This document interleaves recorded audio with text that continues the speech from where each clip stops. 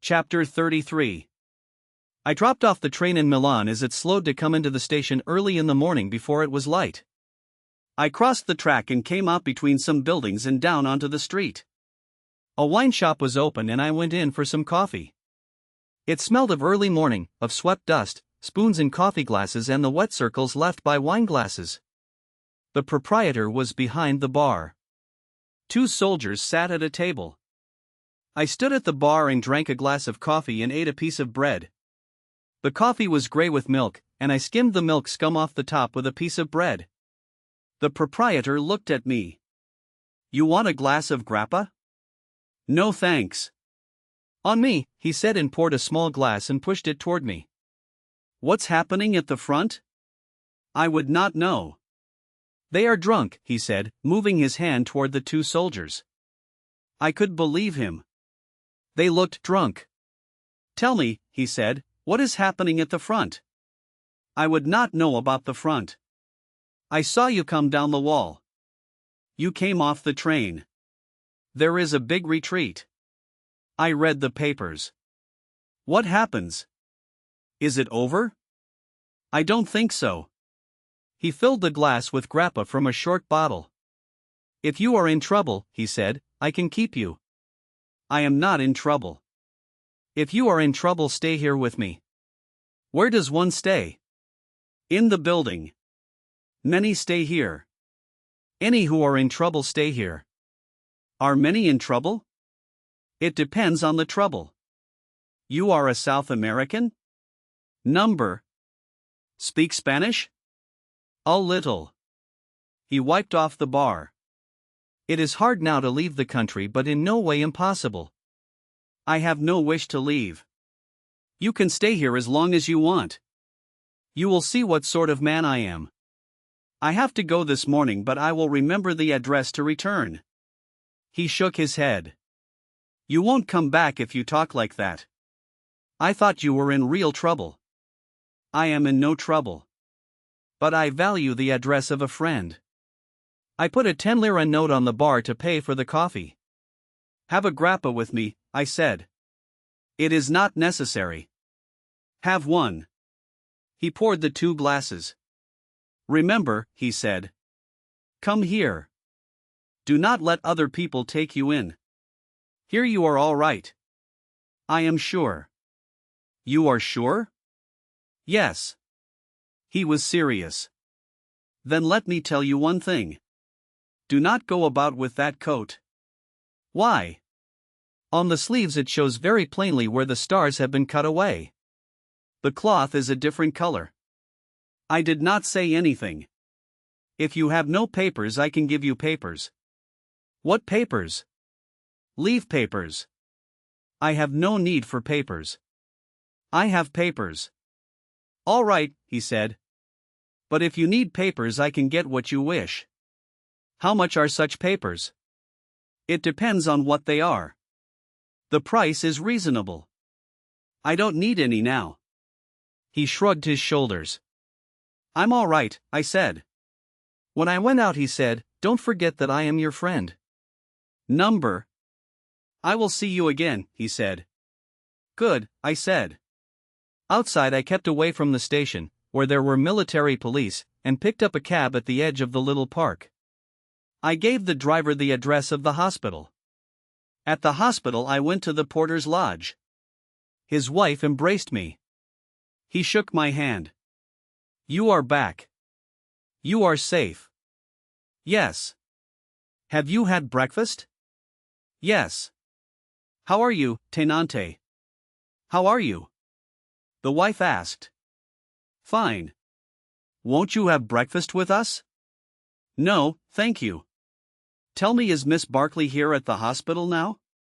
"Miss Barkley?" "The English lady nurse." "His girl," the wife said. She patted my arm and smiled. "No," the porter said. "She is away." My heart went down. "You are sure?" "I mean the tall blonde English young lady." "I am sure."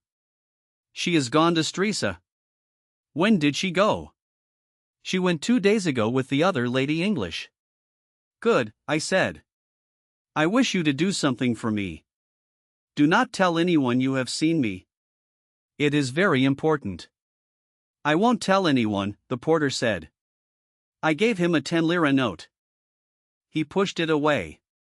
I promise you I will tell no one, he said. I don't want any money. What can we do for you, Signor Tenante? His wife asked. Only that, I said. We are dumb, the porter said. You will let me know anything I can do? Yes, I said. Goodbye. I will see you again. They stood in the door, looking after me. I got into the cab and gave the driver the address of Simmons, one of the men I knew who was studying singing. Simmons lived a long way out in the town toward the Porta Magenta. He was still in bed and sleepy when I went to see him. You get up awfully early, Henry, he said. I came in on the early train. What's all this retreat? Were you at the front?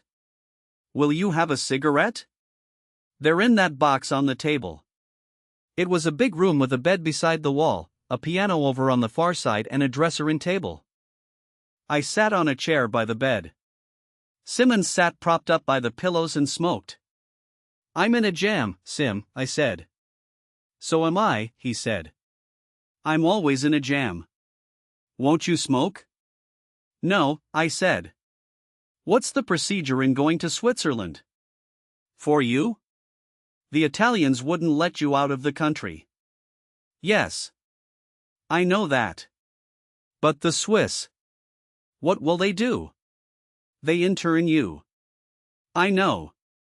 But what's the mechanics of it? Nothing. It's very simple. You can go anywhere. I think you just have to report or something. Why? Are you fleeing the police? Nothing definite yet. Don't tell me if you don't want. But it would be interesting to hear. Nothing happens here. I was a great flop at Piacenza. I'm awfully sorry. Oh yes, I went very badly. I sung well too. I'm going to try it again at the Lyrico here. I'd like to be there. You're awfully polite. You aren't in a bad mess, are you? I don't know. Don't tell me if you don't want. How do you happen to be away from the bloody front? I think I'm through with it. Good boy. I always knew you had sense. Can I help you anyway? You're awfully busy. Not a bit of it, my dear Henry. Not a bit of it. I'd be happy to do anything. You're about my size. Would you go out and buy me an outfit of civilian clothes? I've clothes, but they're all at Rome. You did live there, didn't you? It's a filthy place. How did you ever live there? I wanted to be an architect. That's no place for that. Don't buy clothes. I'll give you all the clothes you want. I'll fit you out so you'll be a great success. Go in that dressing room. There's a closet. Take anything you want. My dear fellow, you don't want to buy clothes. I'd rather buy them, Sim. My dear fellow, it's easier for me to let you have them than go out and buy them. Have you got a passport? You won't get far without a passport. Yes. I've still got my passport. Then get dressed, my dear fellow, and off to old Helvetia. It's not that simple. I have to go up to Stresa first. Ideal, my dear fellow. You just row a boat across. If I wasn't trying to sing, I'd go with you. I'll go yet. You could take up yodeling. My dear fellow, I'll take up yodeling yet. I really can sing though. That's the strange part. I'll bet you can sing. He lay back in bed smoking a cigarette. Don't bet too much. But I can sing though. It's damned funny, but I can. I like to sing. Listen. He roared into Africana, his neck swelling, the veins standing out. I can sing, he said. Whether they like it or not. I looked out of the window. I'll go down and let my cab go. Come back up, my dear fellow, and we'll have breakfast. He stepped out of bed, stood straight, took a deep breath and commenced doing bending exercises. I went downstairs and paid off the cab. Chapter 34. In civilian clothes I felt a masquerader. I had been in uniform a long time and I missed the feeling of being held by your clothes. The trousers felt very floppy. I had bought a ticket at Milan for Stresa. I had also bought a new hat. I could not wear Sim's hat, but his clothes were fine. They smelled of tobacco, and as I sat in the compartment and looked out the window, the new hat felt very new and the clothes very old. I myself felt as sad as the wet Lombard country that was outside through the window. There were some aviators in the compartment who did not think much of me. They avoided looking at me and were very scornful of a civilian my age. I did not feel insulted. In the old days I would have insulted them and picked a fight. They got off at Gallerate and I was glad to be alone. I had the paper, but I did not read it because I did not want to read about the war. I was going to forget the war. I had made a separate peace. I felt damned lonely and was glad when the train got to Stresa. At the station I had expected to see the porters from the hotels, but there was no one. The season had been over a long time and no one met the train. I got down from the train with my bag, it was Sim's bag, and very light to carry, being empty except for 2 shirts, and stood under the roof of the station in the rain while the train went on. I found a man in the station and asked him if he knew what hotels were open. The Grand Hotel in des Isles Borromées was open and several small hotels that stayed open all the year. I started in the rain for the Isles Borromées carrying my bag. I saw a carriage coming down the street and signaled to the driver. It was better to arrive in a carriage. We drove up to the carriage entrance of the big hotel and the concierge came out with an umbrella and was very polite. I took a good room. It was very big and light and looked out on the lake.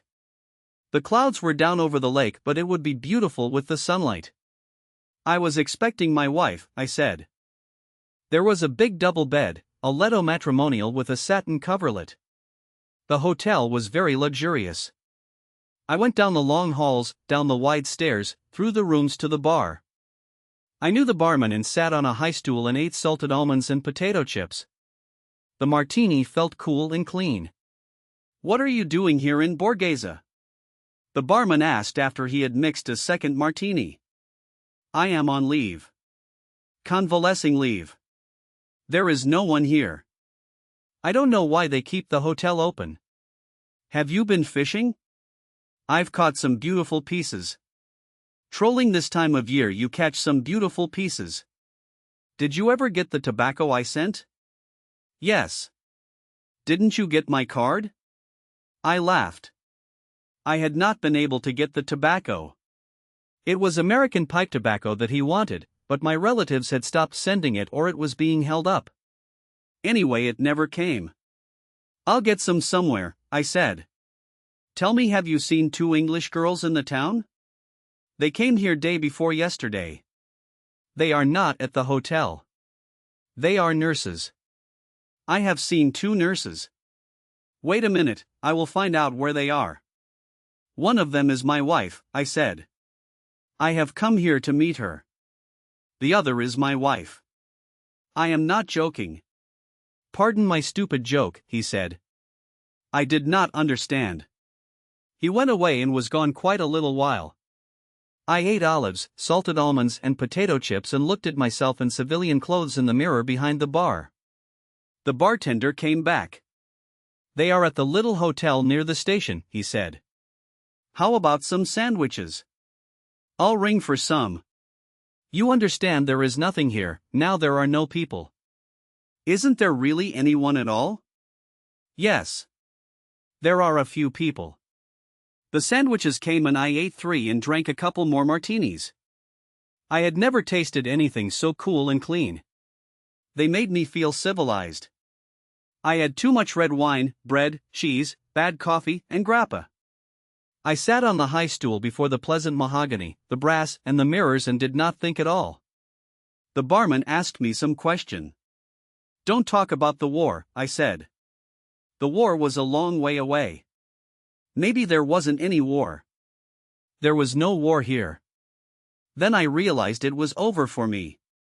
But I did not have the feeling that it was really over. I had the feeling of a boy who thinks of what is happening at a certain hour at the schoolhouse from which he has played truant.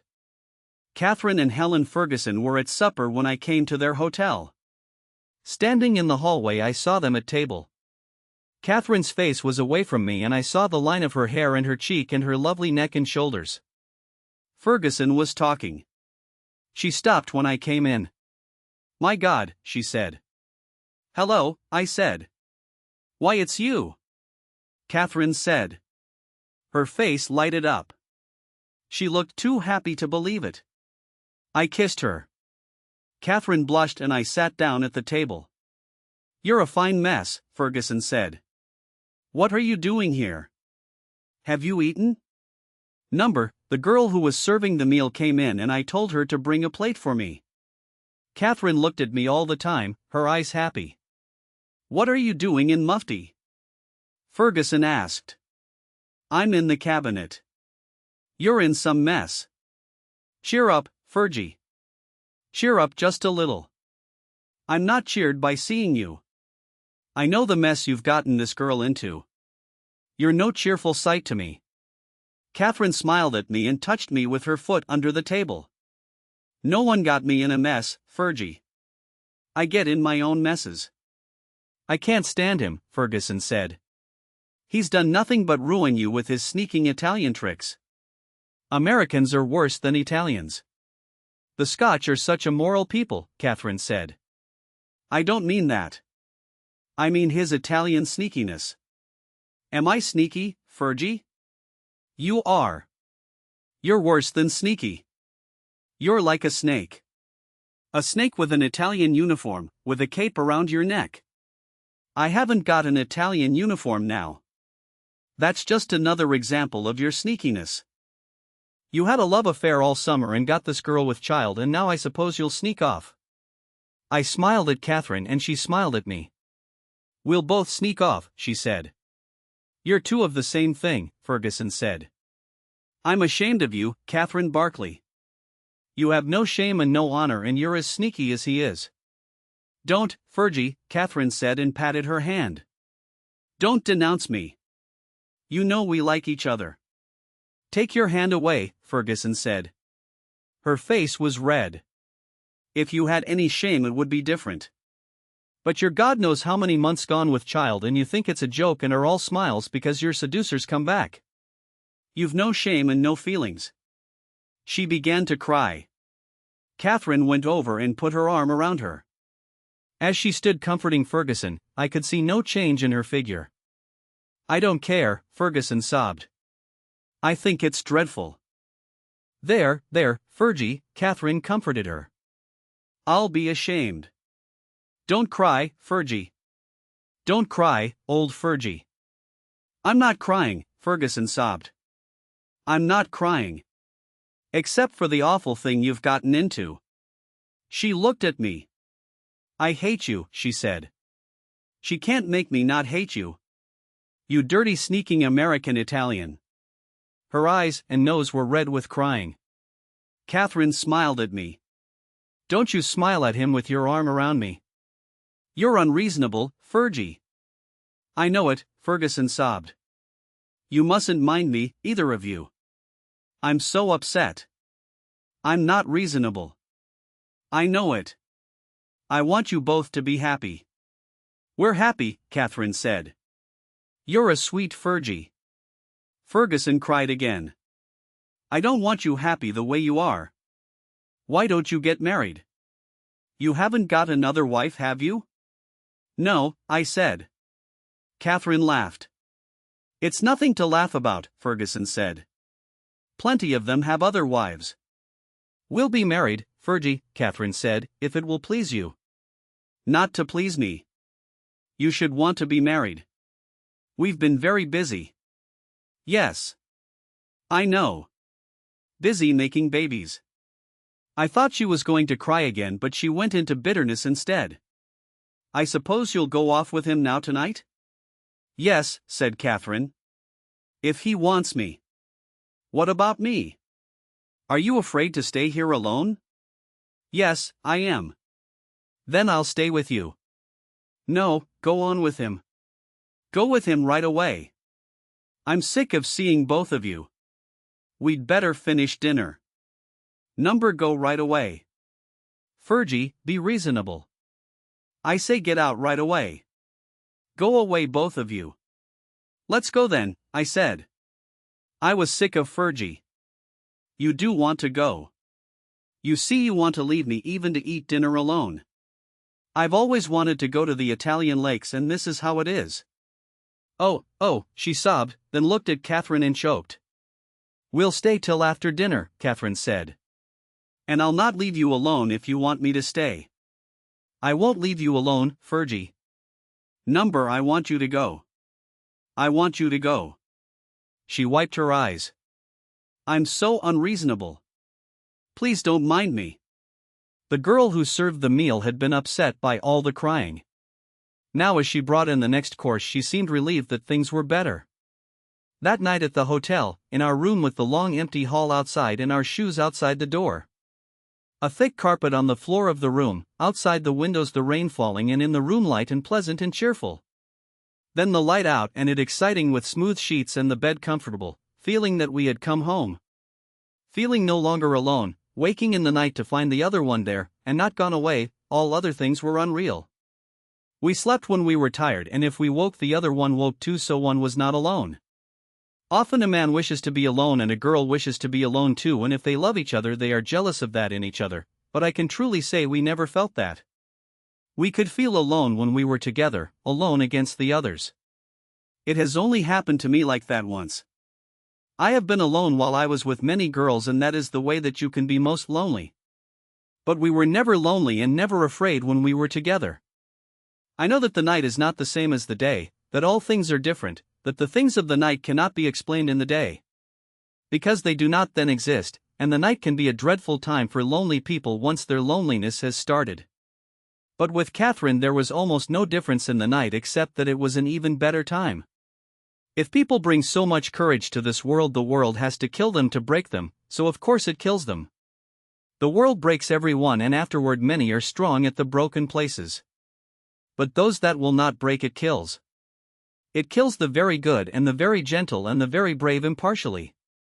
If you are none of these, you can be sure it will kill you too, but there will be no special hurry. I remember waking in the morning. Catherine was asleep and the sunlight was coming in through the window. The rain had stopped and I stepped out of bed and across the floor to the window.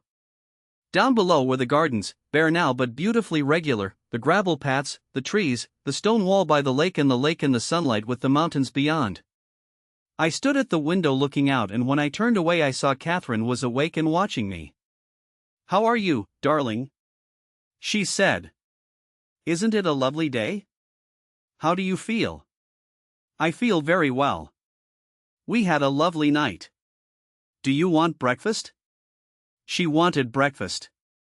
So did I, and we had it in bed, the November sunlight coming in the window, and the breakfast tray across my lap. "Don't you want the paper?" "You always wanted the paper in the hospital." "No," I said. "I don't want the paper now."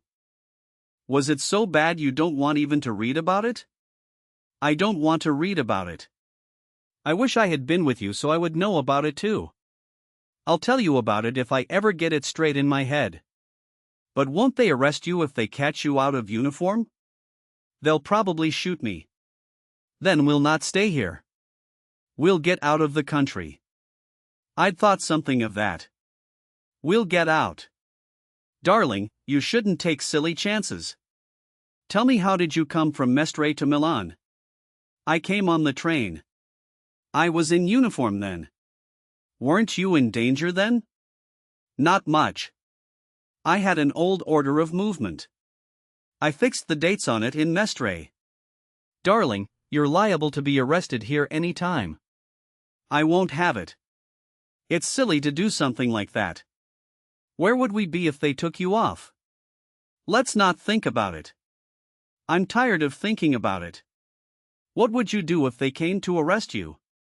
"Shoot them." "You see how silly you are. I won't let you go out of the hotel until we leave here." "Where are we going to go?" "Please don't be that way, darling." We'll go wherever you say. But please find some place to go right away. Switzerland is down the lake, we can go there. That will be lovely.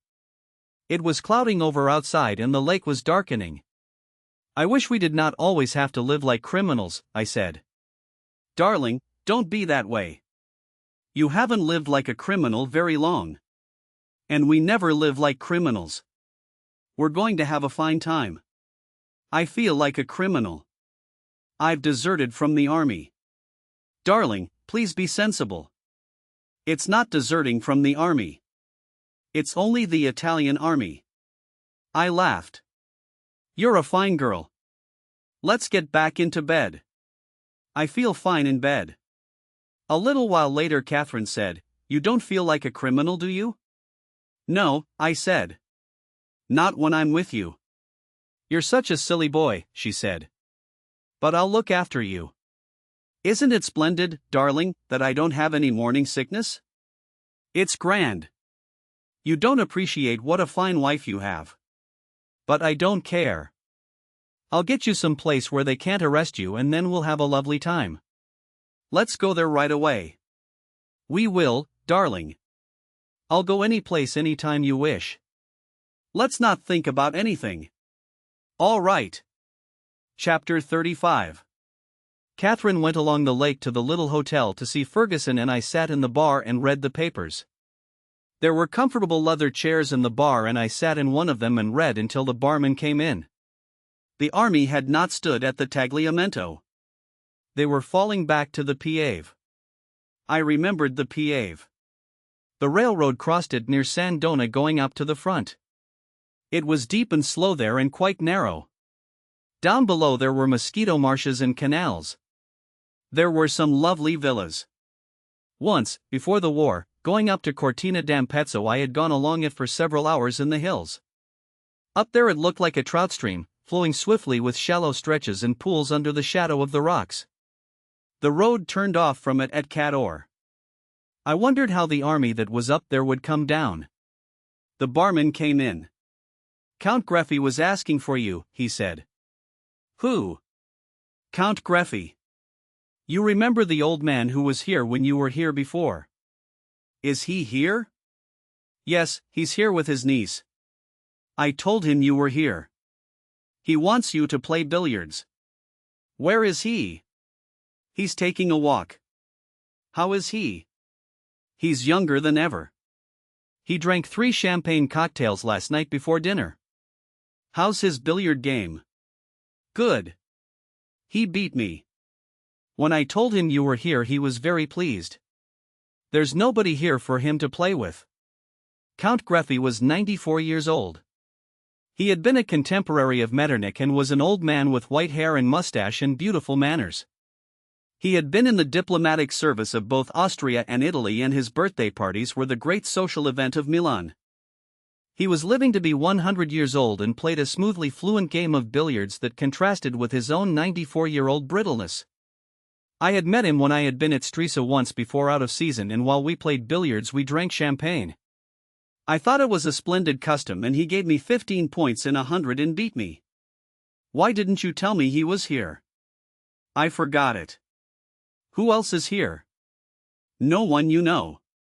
There are only 6 people altogether. What are you doing now? Nothing. Come on out fishing. I could come for an hour. Come on. Bring the trolling line. The barman put on a coat and we went out. We went down and got a boat and I rowed while the barman sat in the stern and let out the line with a spinner and a heavy sinker on the end to troll for lake trout. We rowed along the shore, the barman holding the line in his hand and giving it occasional jerks forward. Stresa looked very deserted from the lake. There were the long rows of bare trees, the big hotels and the closed villas. I rowed across to Isola Bella and went close to the walls, where the water deepened sharply, and you saw the rock walls slanting down in the clear water. And then up and along to the Fisherman's Island. The sun was under a cloud and the water was dark and smooth and very cold. We did not have a strike though we saw some circles on the water from rising fish. I rowed up opposite the Fisherman's Island where there were boats drawn up and men were mending nets. Should we get a drink? All right. I brought the boat up to the stone pier and the barman pulled in the line, coiling it on the bottom of the boat and hooking the spinner on the edge of the gunwale. I stepped out and tied the boat. We went into a little cafe, sat at a bare wooden table and ordered vermouth. Are you tired from rowing? Number. I'll row back, he said. I like to row. Maybe if you hold the line it will change the luck. All right. Tell me how goes the war. Rotten. I don't have to go. I'm too old, like Count Greffy. Maybe you'll have to go yet. Next year they'll call my class. But I won't go. What will you do? Get out of the country. I wouldn't go to war. I was at the war once in Abyssinia. Nix. Why do you go? I don't know. I was a fool. Have another vermouth? All right. The barman rowed back. We trolled up the lake beyond Stresa and then down not far from shore. I held the taut line and felt the faint pulsing of the spinner revolving while I looked at the dark November water of the lake and the deserted shore. The barman rowed with long strokes and on the forward thrust of the boat the line throbbed. Once I had a strike, the line hardened suddenly and jerked back. I pulled and felt the live weight of the trout and then the line throbbed again. I had missed him. Did he feel big? Pretty big. Once when I was out trolling alone I had the line in my teeth and one struck and nearly took my mouth out. The best way is to have it over your leg, I said. Then you feel it and don't lose your teeth. I put my hand in the water. It was very cold. We were almost opposite the hotel now. I have to go in, the barman said, to be there for 11 o'clock. Lord do cocktail. All right. I pulled in the line and wrapped it on a stick notched at each end. The barman put the boat in a little slip in the stone wall and locked it with a chain and padlock. Any time you want it, he said, I'll give you the key. Thanks. We went up to the hotel and into the bar. I did not want another drink so early in the morning, so I went up to our room. The maid had just finished doing the room and Catherine was not back yet. I lay down on the bed and tried to keep from thinking. When Catherine came back it was all right again. Ferguson was downstairs, she said. She was coming to lunch. I knew you wouldn't mind, Catherine said. No, I said. What's the matter, darling? I don't know. I know. You haven't anything to do. All you have is me and I go away. That's true. I'm sorry, darling. I know it must be a dreadful feeling to have nothing at all suddenly. My life used to be full of everything, I said. Now if you aren't with me I haven't a thing in the world. But I'll be with you. I was only gone for 2 hours. Isn't there anything you can do? I went fishing with the barman. Wasn't it fun? Yes. Don't think about me when I'm not here. That's the way I worked it at the front. But there was something to do then. A fellow with his occupation gone, she teased. A fellow was a nigger, I said. Besides, I'm not jealous. I'm just so in love with you that there isn't anything else. Will you be a good boy and be nice to Ferguson? I'm always nice to Ferguson unless she curses me. Be nice to her. Think how much we have and she hasn't anything. I don't think she wants what we have. You don't know much, darling, for such a wise boy. I'll be nice to her. I know you will. You're so sweet. She won't stay afterward, will she? Number, I'll get rid of her. And then we'll come up here. Of course. What do you think I want to do? We went downstairs to have lunch with Ferguson. She was very impressed by the hotel and the splendor of the dining room. We had a good lunch. With a couple of bottles of white Capri. Count Greffy came into the dining room and bowed to us. His niece, who looked a little like my grandmother, was with him. I told Catherine and Ferguson about him and Ferguson was very impressed. The hotel was very big and grand and empty, but the food was good, the wine was very pleasant, and finally the wine made us all feel very well. Catherine had no need to feel any better. She was very happy. Ferguson became quite cheerful. I felt very well myself. After lunch, Ferguson went back to her hotel. She was going to lie down for a while after lunch, she said. Along late in the afternoon, someone knocked on our door. Who is it?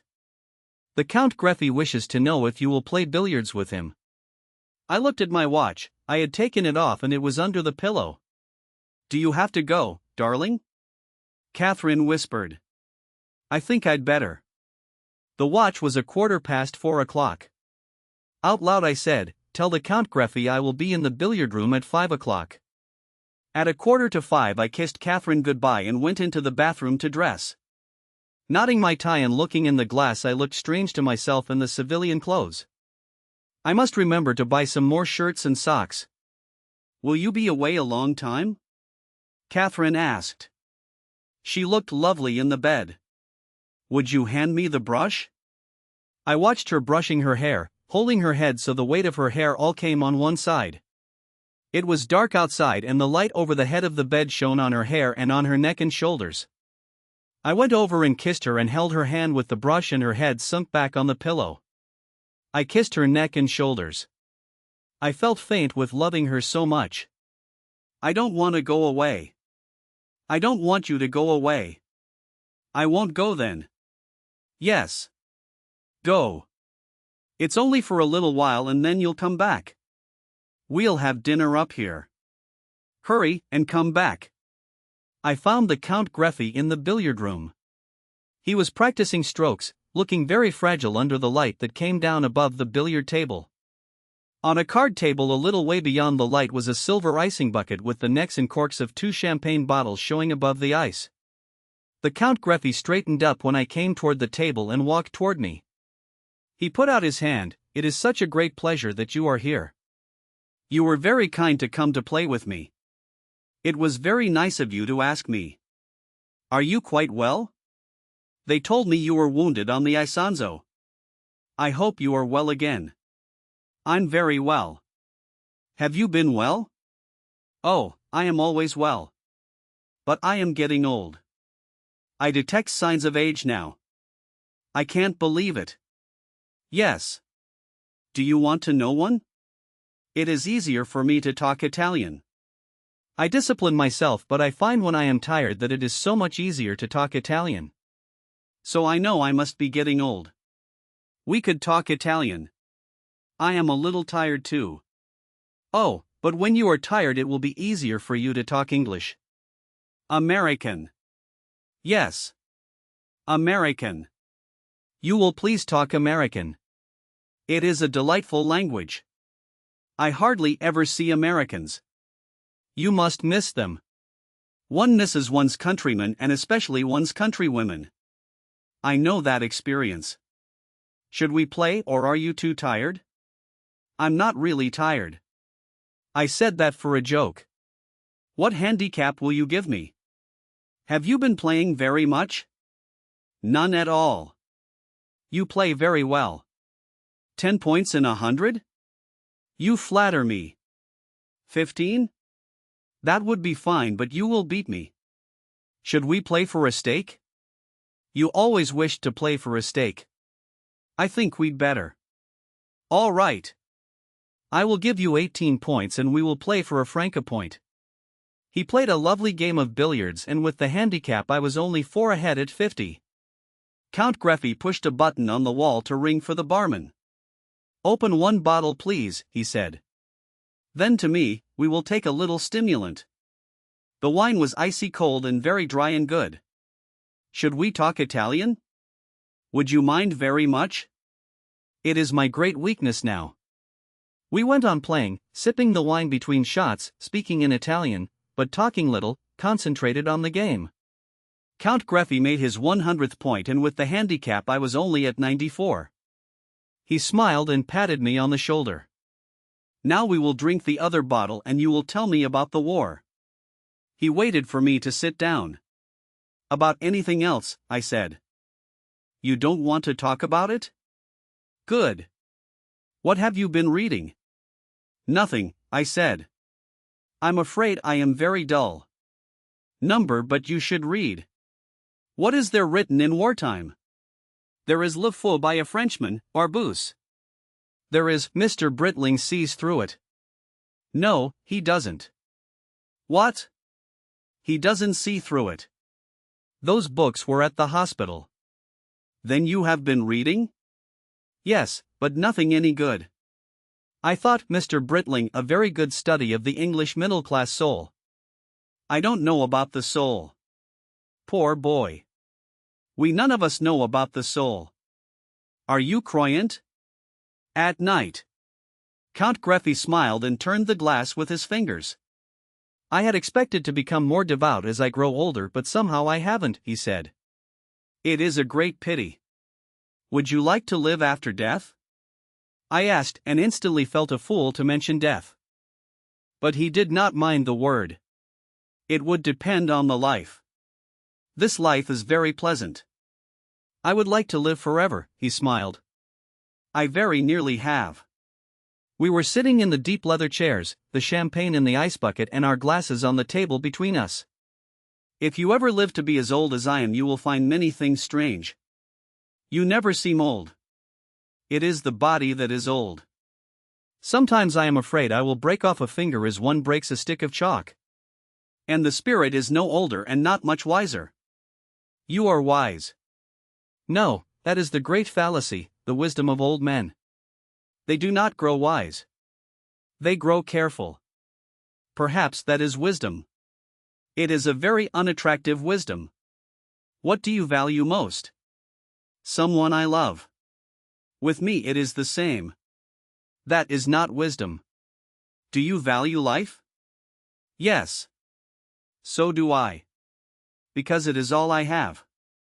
And to give birthday parties, he laughed. You are probably wiser than I am. You do not give birthday parties. We both drank the wine. What do you think of the war really? I asked. I think it is stupid. Who will win it? Italy. Why? They are a younger nation. Do younger nations always win wars? They are apt to for a time. Then what happens? They become older nations. You said you were not wise. Dear boy, that is not wisdom. That is cynicism. It sounds very wise to me. It's not particularly. I could quote you the examples on the other side. But it is not bad. Have we finished the champagne? Almost. Should we drink some more? Then I must dress. Perhaps we'd better not now. You are sure you don't want more? Yes. He stood up. I hope you will be very fortunate and very happy and very, very healthy. Thank you. And I hope you will live forever. Thank you. I have. And if you ever become devout, pray for me if I am dead. I am asking several of my friends to do that. I had expected to become devout myself, but it has not come. I thought he smiled sadly, but I could not tell.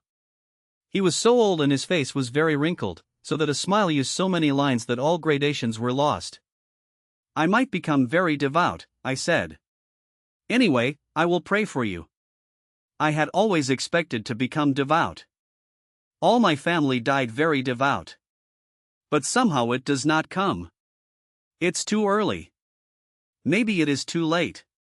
Perhaps I have outlived my religious feeling. My own comes only at night. Then too you are in love. Do not forget that is a religious feeling. You believe so? Of course. He took a step toward the table. You were very kind to play. It was a great pleasure. We will walk upstairs together. Chapter 36. That night there was a storm and I woke to hear the rain lashing the window panes. It was coming in the open window. Someone had knocked on the door. I went to the door very softly, not to disturb Catherine, and opened it. The barman stood there. He wore his overcoat and carried his wet hat. Can I speak to you, Tenante? What's the matter? It's a very serious matter. I looked around. The room was dark. I saw the water on the floor from the window. "Come in," I said. I took him by the arm into the bathroom, locked the door and put on the light. I sat down on the edge of the bathtub. "What's the matter, Emilio? Are you in trouble?" "Number you are, tenante." "Yes?" "They are going to arrest you in the morning." "Yes?" "I came to tell you. I was out in the town and I heard them talking in a cafe." "I see." He stood there, his coat wet, holding his wet hat and said nothing. "Why are they going to arrest me?" "For something about the war." "Do you know what?" "Number, but I know that they know you were here before as an officer and now you are here out of uniform. After this retreat they arrest everybody." I thought a minute.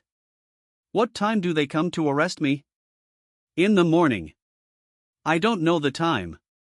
"What do you say to do?" He put his hat in the washbowl. It was very wet and had been dripping on the floor.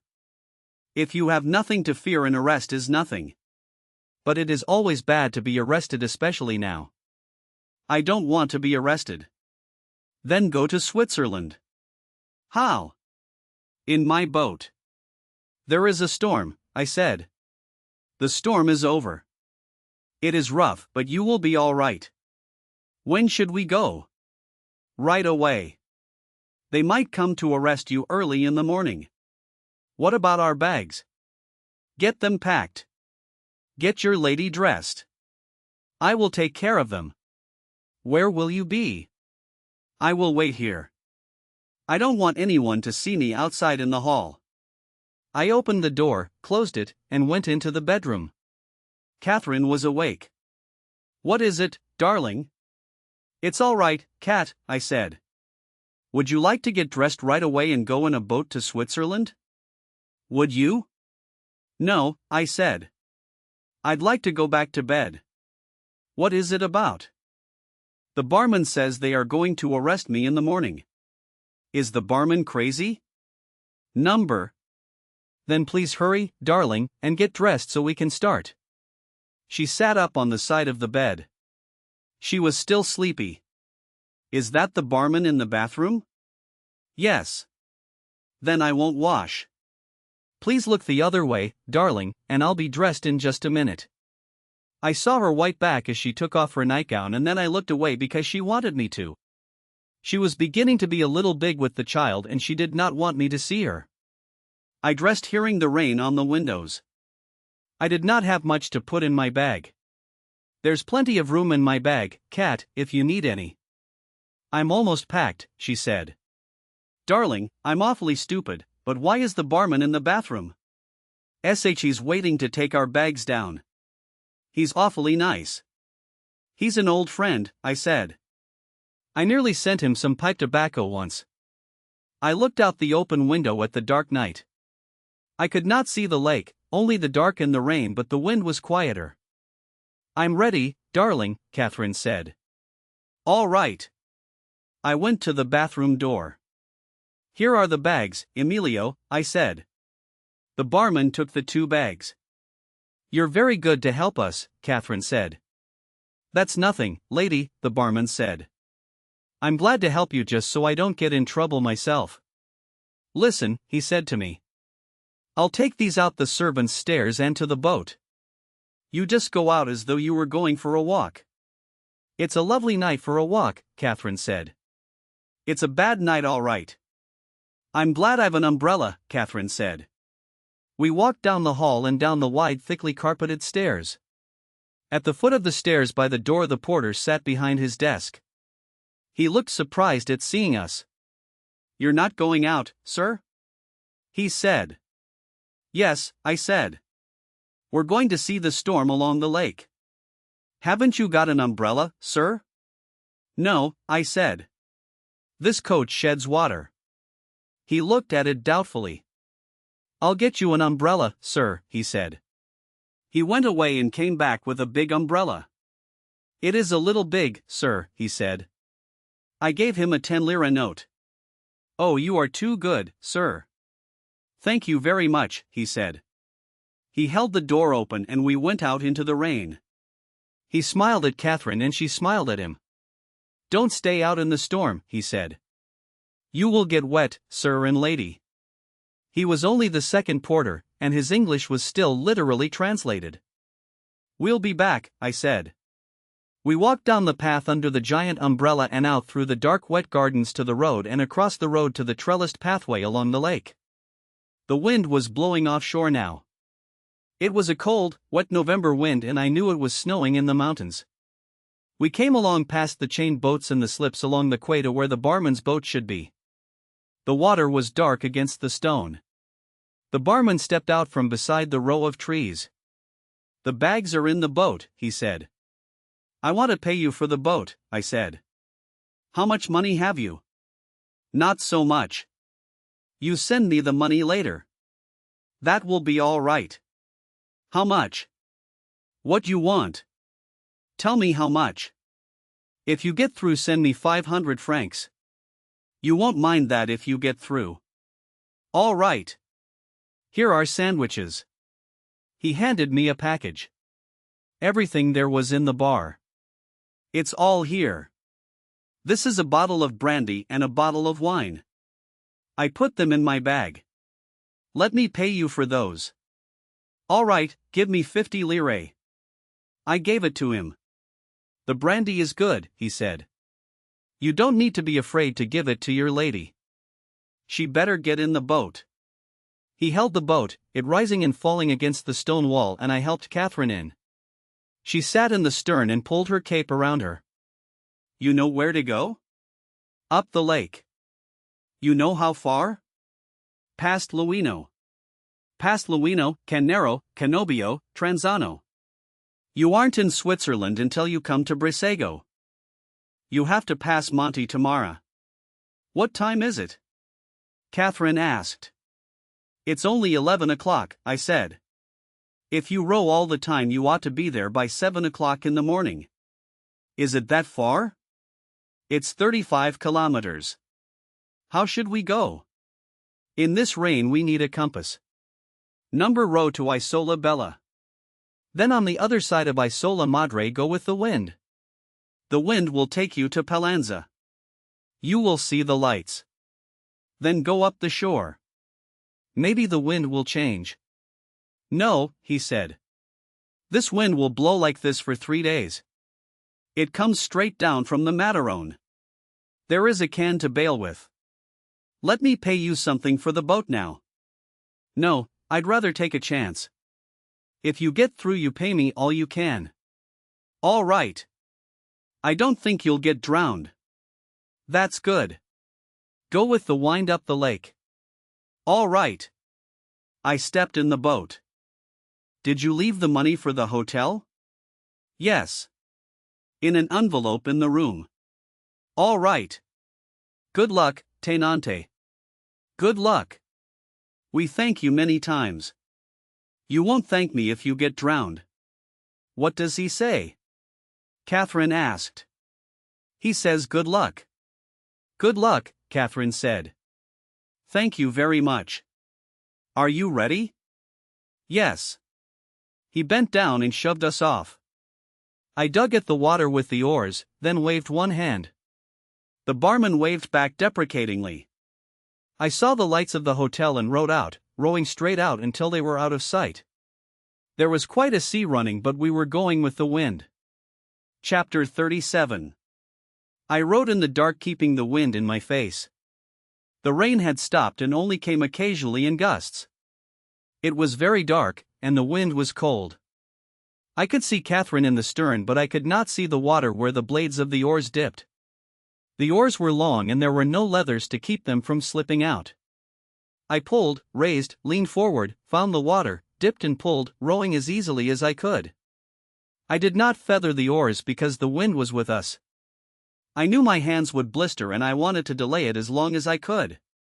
The boat was light and rowed easily. I pulled it along in the dark water. I could not see, and hoped we would soon come opposite Palanza. We never saw Palanza. The wind was blowing up the lake and we passed the point that hides Palanza in the dark and never saw the lights. When we finally saw some lights much further up the lake and close to the shore, it was Intra. But for a long time we did not see any lights, nor did we see the shore but rowed steadily in the dark riding with the waves. Sometimes I missed the water with the oars in the dark as a wave lifted the boat. It was quite rough, but I kept on rowing, until suddenly we were close ashore against a point of rock that rose beside us, the waves striking against it, rushing high up, then falling back. I pulled hard on the right oar and backed water with the other, and we went out into the lake again. The point was out of sight and we were going on up the lake. "We're across the lake," I said to Catherine. "Weren't we going to see Pallanza? We've missed it. How are you, darling?" "I'm fine. I could take the oars a while." "No, I'm fine." "Poor Ferguson," Catherine said.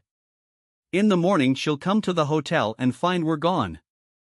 "I'm not worrying so much about that," I said, "as about getting into the Swiss part of the lake before it's daylight and the custom guards see us." "Is it a long way?"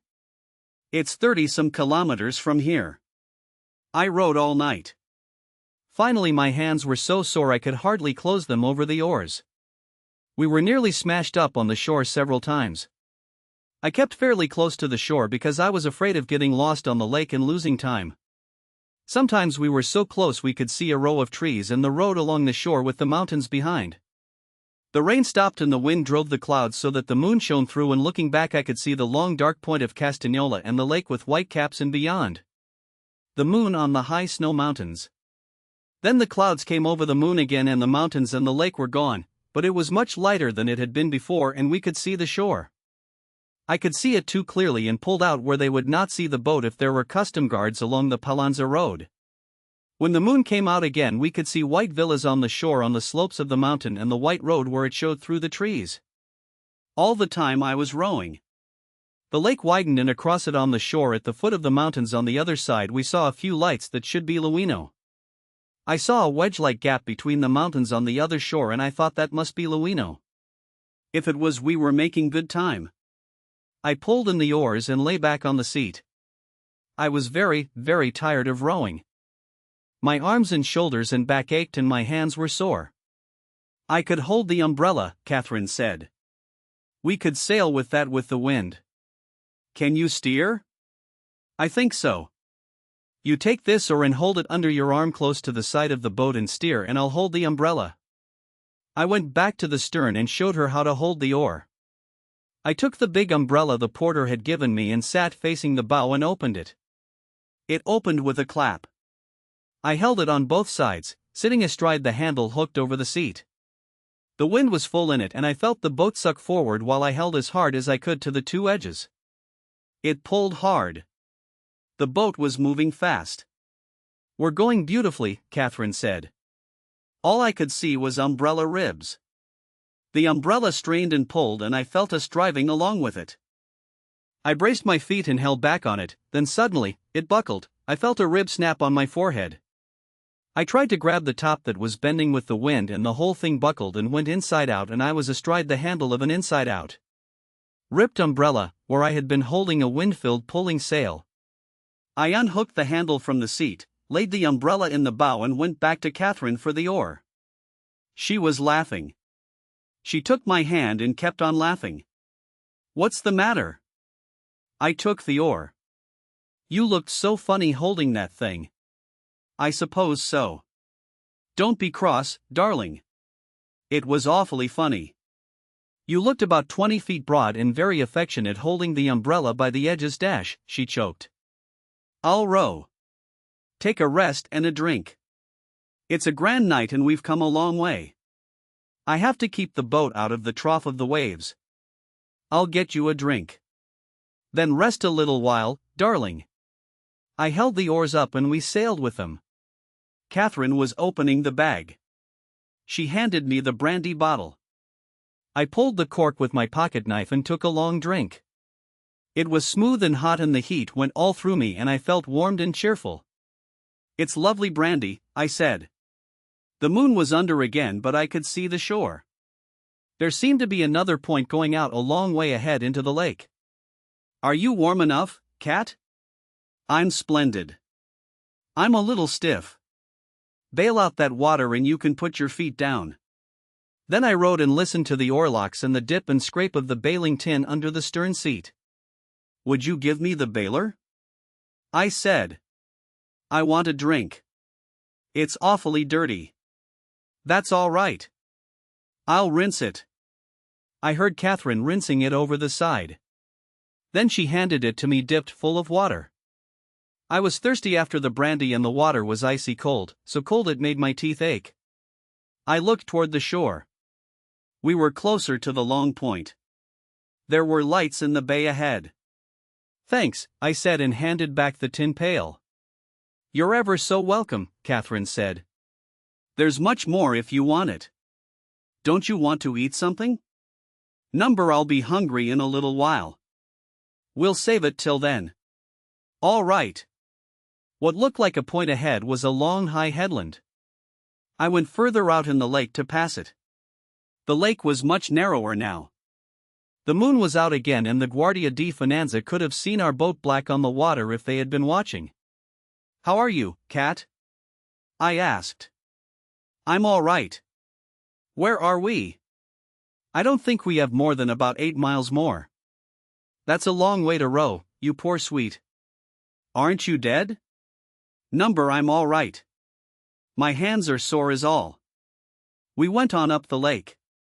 There was a break in the mountains on the right bank, a flattening out with a low shoreline that I thought must be Cannobio. I stayed a long way out because it was from now on that we ran the most danger of meeting Guardia. There was a high dome-capped mountain on the other shore away ahead. I was tired. It was no great distance to row, but when you were out of condition it had been a long way.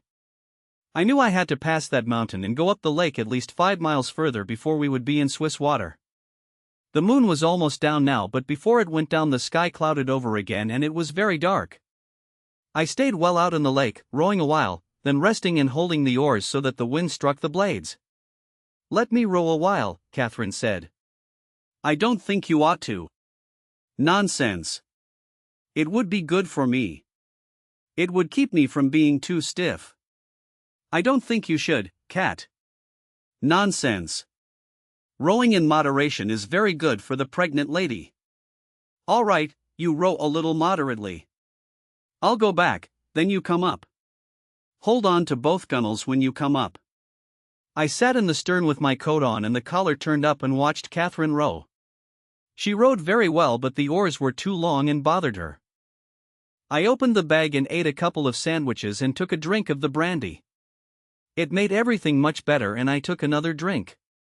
Tell me when you're tired, I said. Then a little later, watch out the oar doesn't pop you in the tummy. If it did, Catherine said between strokes, life might be much simpler. I took another drink of the brandy. How are you going? All right. Tell me when you want to stop. All right. I took another drink of the brandy, then took hold of the 2 gunwales of the boat and moved forward. I'm going beautifully. Go on back to the stern. I've had a grand rest. For a while, with the brandy, I rowed easily and steadily. Then I began to catch crabs and soon I was just chopping along again with a thin brown taste of bile from having rowed too hard after the brandy. Give me a drink of water, will you? I said. That's easy, Catherine said. Before daylight it started to drizzle. The wind was down where we were protected by mountains that bounded the curve the lake had made. When I knew daylight was coming I settled down and rowed hard. I did not know where we were and I wanted to get into the Swiss part of the lake. When it was beginning to be daylight we were quite close to the shore. I could see the rocky shore and the trees. What's that? Catherine said. I rested on the oars and listened. It was a motor boat chugging out on the lake. I pulled close up to the shore and lay quiet. The chugging came closer, then we saw the motor boat in the rain a little astern of us. There were 4 Guardia di Finanza in the stern, their alpini hats pulled down, their cape collars turned up and their carbines slung across their backs. They all looked sleepy so early in the morning. I could see the yellow on their hats and the yellow marks on their cape collars. The motor boat chugged on and out of sight in the rain. I pulled out into the lake.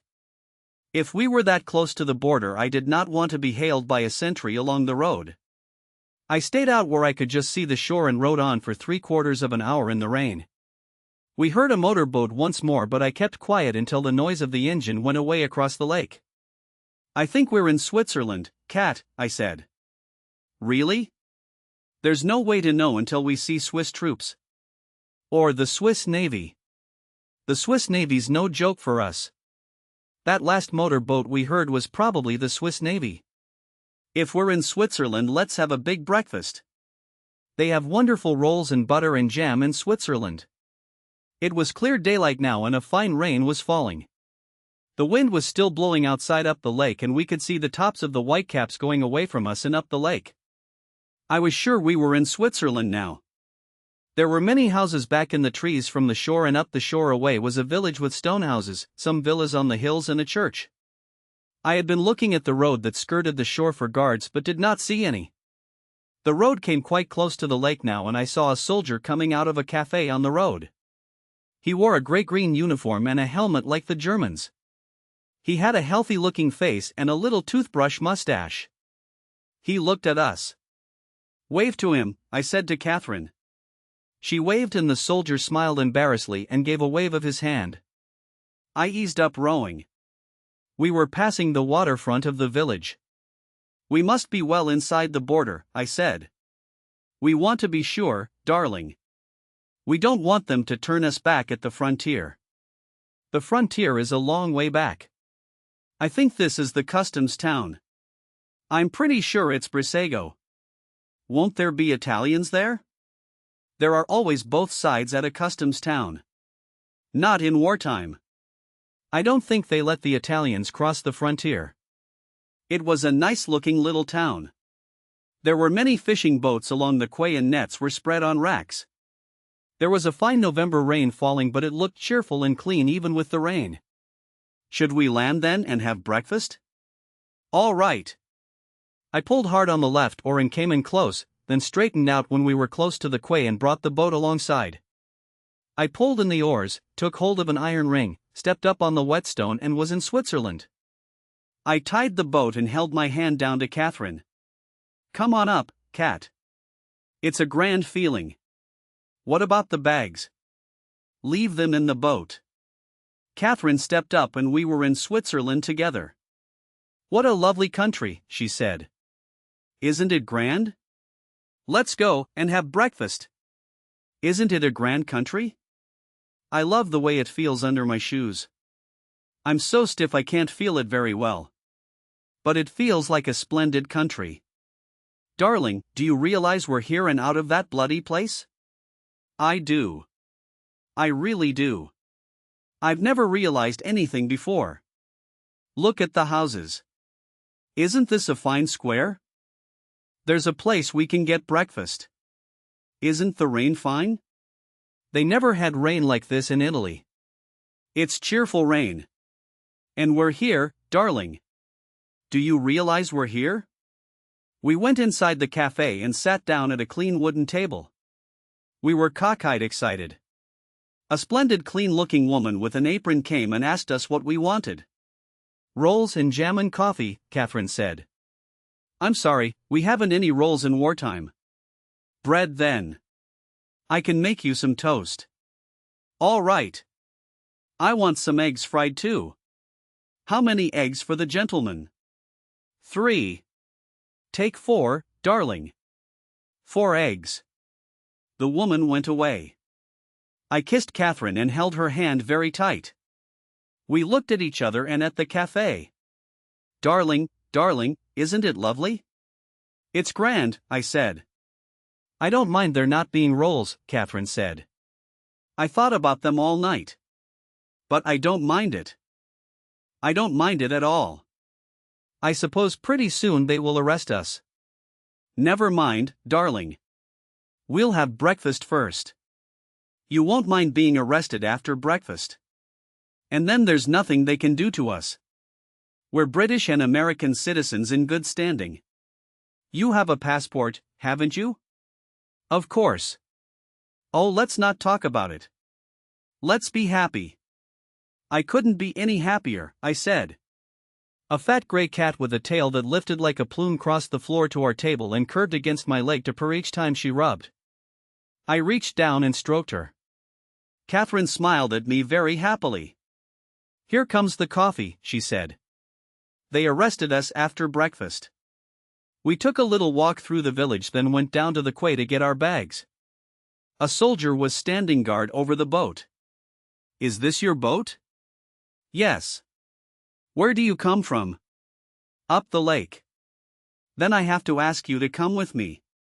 "How about the bags?" "You can carry the bags." I carried the bags and Catherine walked beside me, and the soldier walked along behind us to the old custom house. In the custom house a lieutenant, very thin and military, questioned us. "What nationality are you?" "American and British." "Let me see your passports." I gave him mine and Catherine got hers out of her handbag. He examined them for a long time. "Why do you enter Switzerland this way in a boat?" "I am a sportsman," I said. "Rowing is my great sport. I always row when I get a chance." "Why do you come here?" "For the winter sport. We are tourists and we want to do the winter sport." "This is no place for winter sport." "We know it. We want to go where they have the winter sport." "What have you been doing in Italy?" "I have been studying architecture." "My cousin has been studying art." "Why do you leave there?" "We want to do the winter sport. With the war going on, you cannot study architecture." "You will please stay where you are," the lieutenant said. He went back into the building with our passports. "You're splendid, darling," Catherine said. "Keep on the same track. You want to do the winter sport. Do you know anything about art?" "Rubens," said Catherine. "Large and fat," I said. "Titian," Catherine said. "Titian-haired," I said. "How about Montaigne?" "Don't ask hard ones," Catherine said. "I know him, though very bitter." "Very bitter," I said. "Lots of nail holes." "You see, I'll make you a fine wife," Catherine said. "I'll be able to talk art with your customers." "Here he comes," I said. The thin lieutenant came down the length of the custom house, holding our passports. "I will have to send you into Locarno," he said. "You can get a carriage and a soldier will go in with you." "All right," I said. "What about the boat?" "The boat is confiscated." "What have you in those bags?" He went all through the 2 bags and held up the quarter bottle of brandy. "Would you join me in a drink?" I asked. "No, thank you." He straightened up. "How much money have you?" 2,500 lire. He was favorably impressed. "How much has your cousin?" Catherine had a little over 1,200 lire. The lieutenant was pleased. His attitude toward us became less haughty. "If you are going for winter sports," he said, "Wengen is the place. My father has a very fine hotel at Wengen. It is open all the time."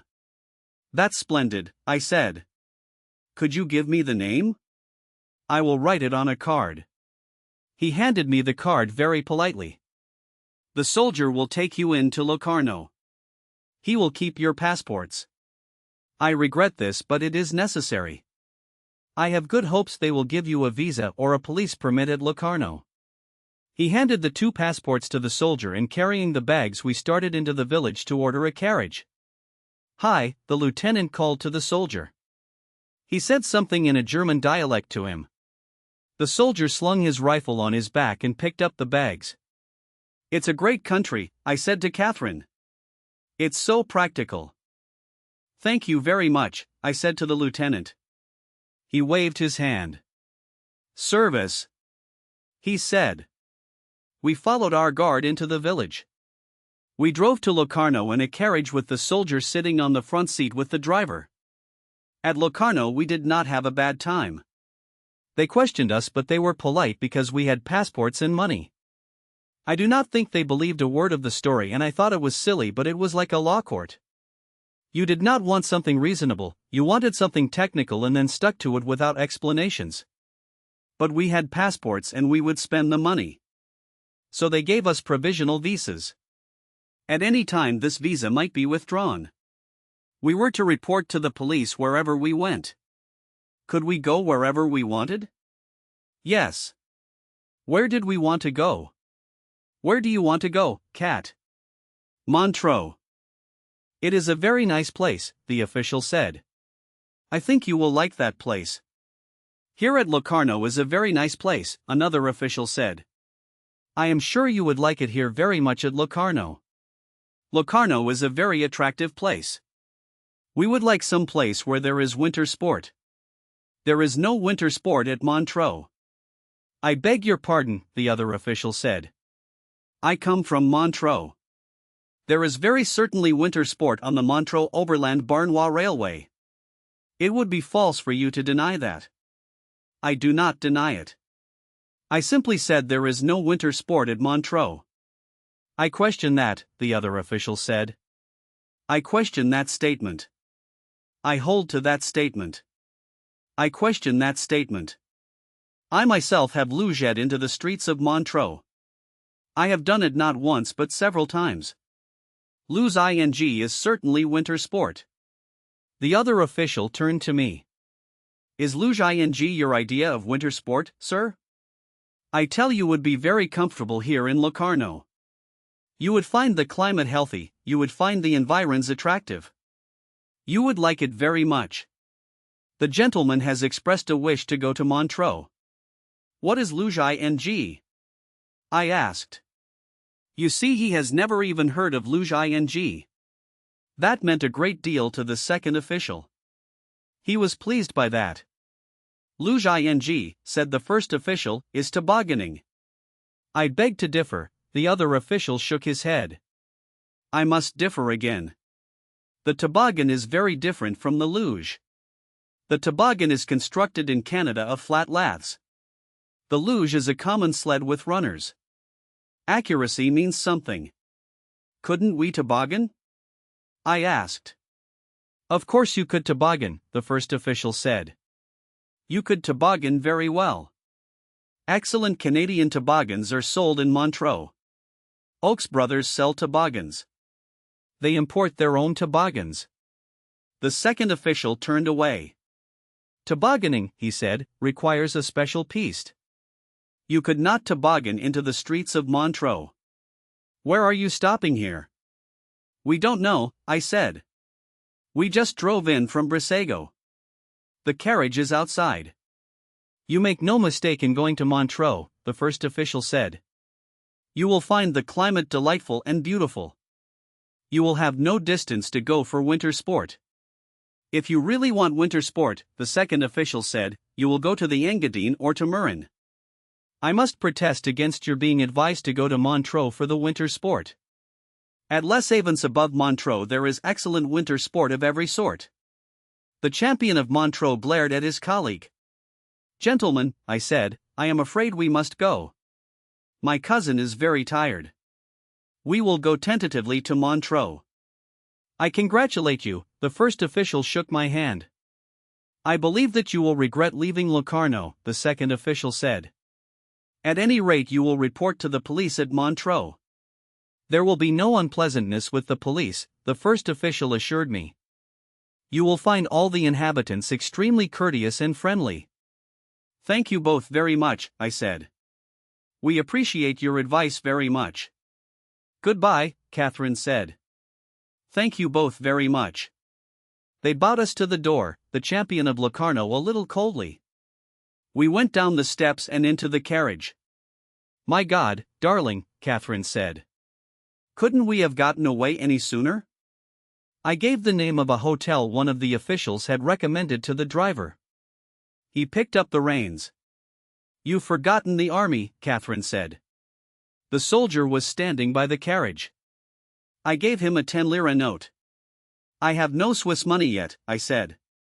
He thanked me, saluted and went off. The carriage started and we drove to the hotel. How did you happen to pick out Montreux? I asked Catherine. Do you really want to go there? It was the first place I could think of, she said. It's not a bad place. We can find some place up in the mountains. Are you sleepy? I'm asleep right now. We'll get a good sleep. Poor cat, you had a long bad night. I had a lovely time, Catherine said. Especially when you sailed with the umbrella. Can you realize we're in Switzerland? No, I'm afraid I'll wake up and it won't be true. I am too. It is true, isn't it, darling? I'm not just driving down to the Stazione in Milan to see you off. I hope not. Don't say that. It frightens me. Maybe that's where we're going. I'm so groggy I don't know, I said. Let me see your hands. I put them out. They were both blistered raw. There's no hole in my side, I said. Don't be sacrilegious. I felt very tired and vague in the head. The exhilaration was all gone. The carriage was going along the street. Poor hands, Catherine said. Don't touch them, I said. By God, I don't know where we are. Where are we going, driver? The driver stopped his horse. To the Hotel Metropole. Don't you want to go there? Yes, I said. It's all right, Cat. It's all right, darling. Don't be upset.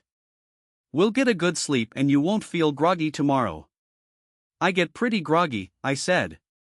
It's like a comic opera today. Maybe I'm hungry. You're just tired, darling. You'll be fine. The carriage pulled up before the hotel. Someone came out to take our bags. I feel all right, I said. We were down on the pavement going into the hotel. I know you'll be all right. You're just tired. You've been up a long time. Anyhow, we're here. Yes, we're really here. We followed the boy with the bags into the hotel. Chapter 38. That fall the snow came very late. We lived in a brown wooden house in the pine trees on the side of the mountain, and at night there was frost so that there was thin ice over the water in the 2 pitchers on the dresser in the morning. Mrs. Göttingen came into the room early in the morning to shut the windows and started a fire in the tall porcelain stove. The pine wood crackled and sparked, and then the fire roared in the stove, and the second time Mrs. Göttingen came into the room she brought big chunks of wood for the fire and a pitcher of hot water. When the room was warm she brought in breakfast.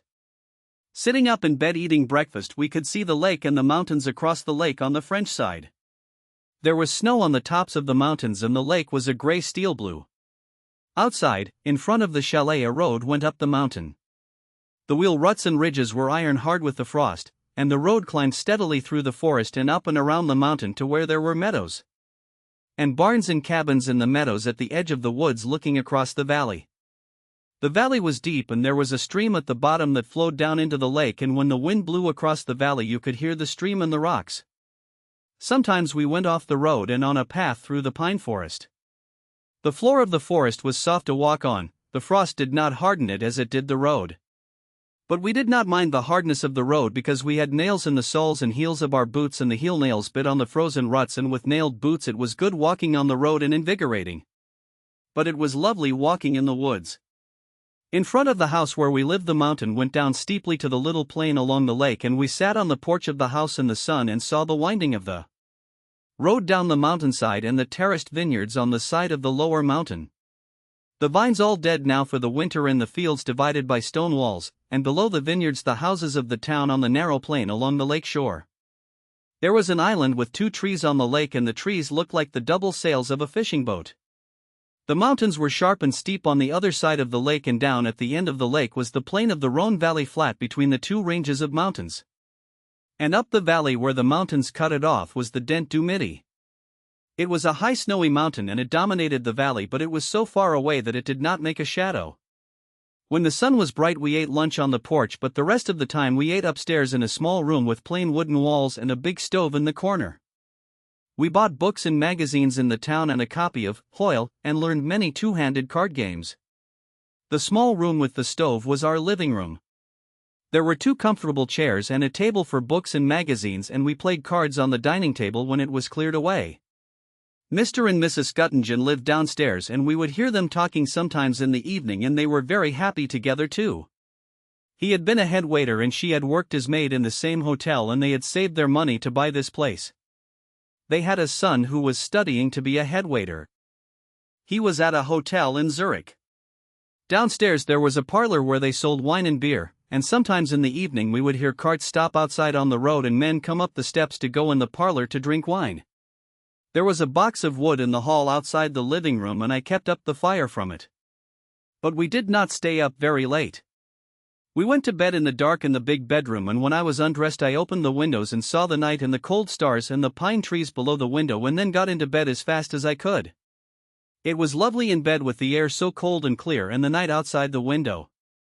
We slept well, and if I woke in the night I knew it was from only one cause, and I would shift the feather bed over very softly so that Catherine would not be wakened, and then go back to sleep again, warm and with the new lightness of thin covers.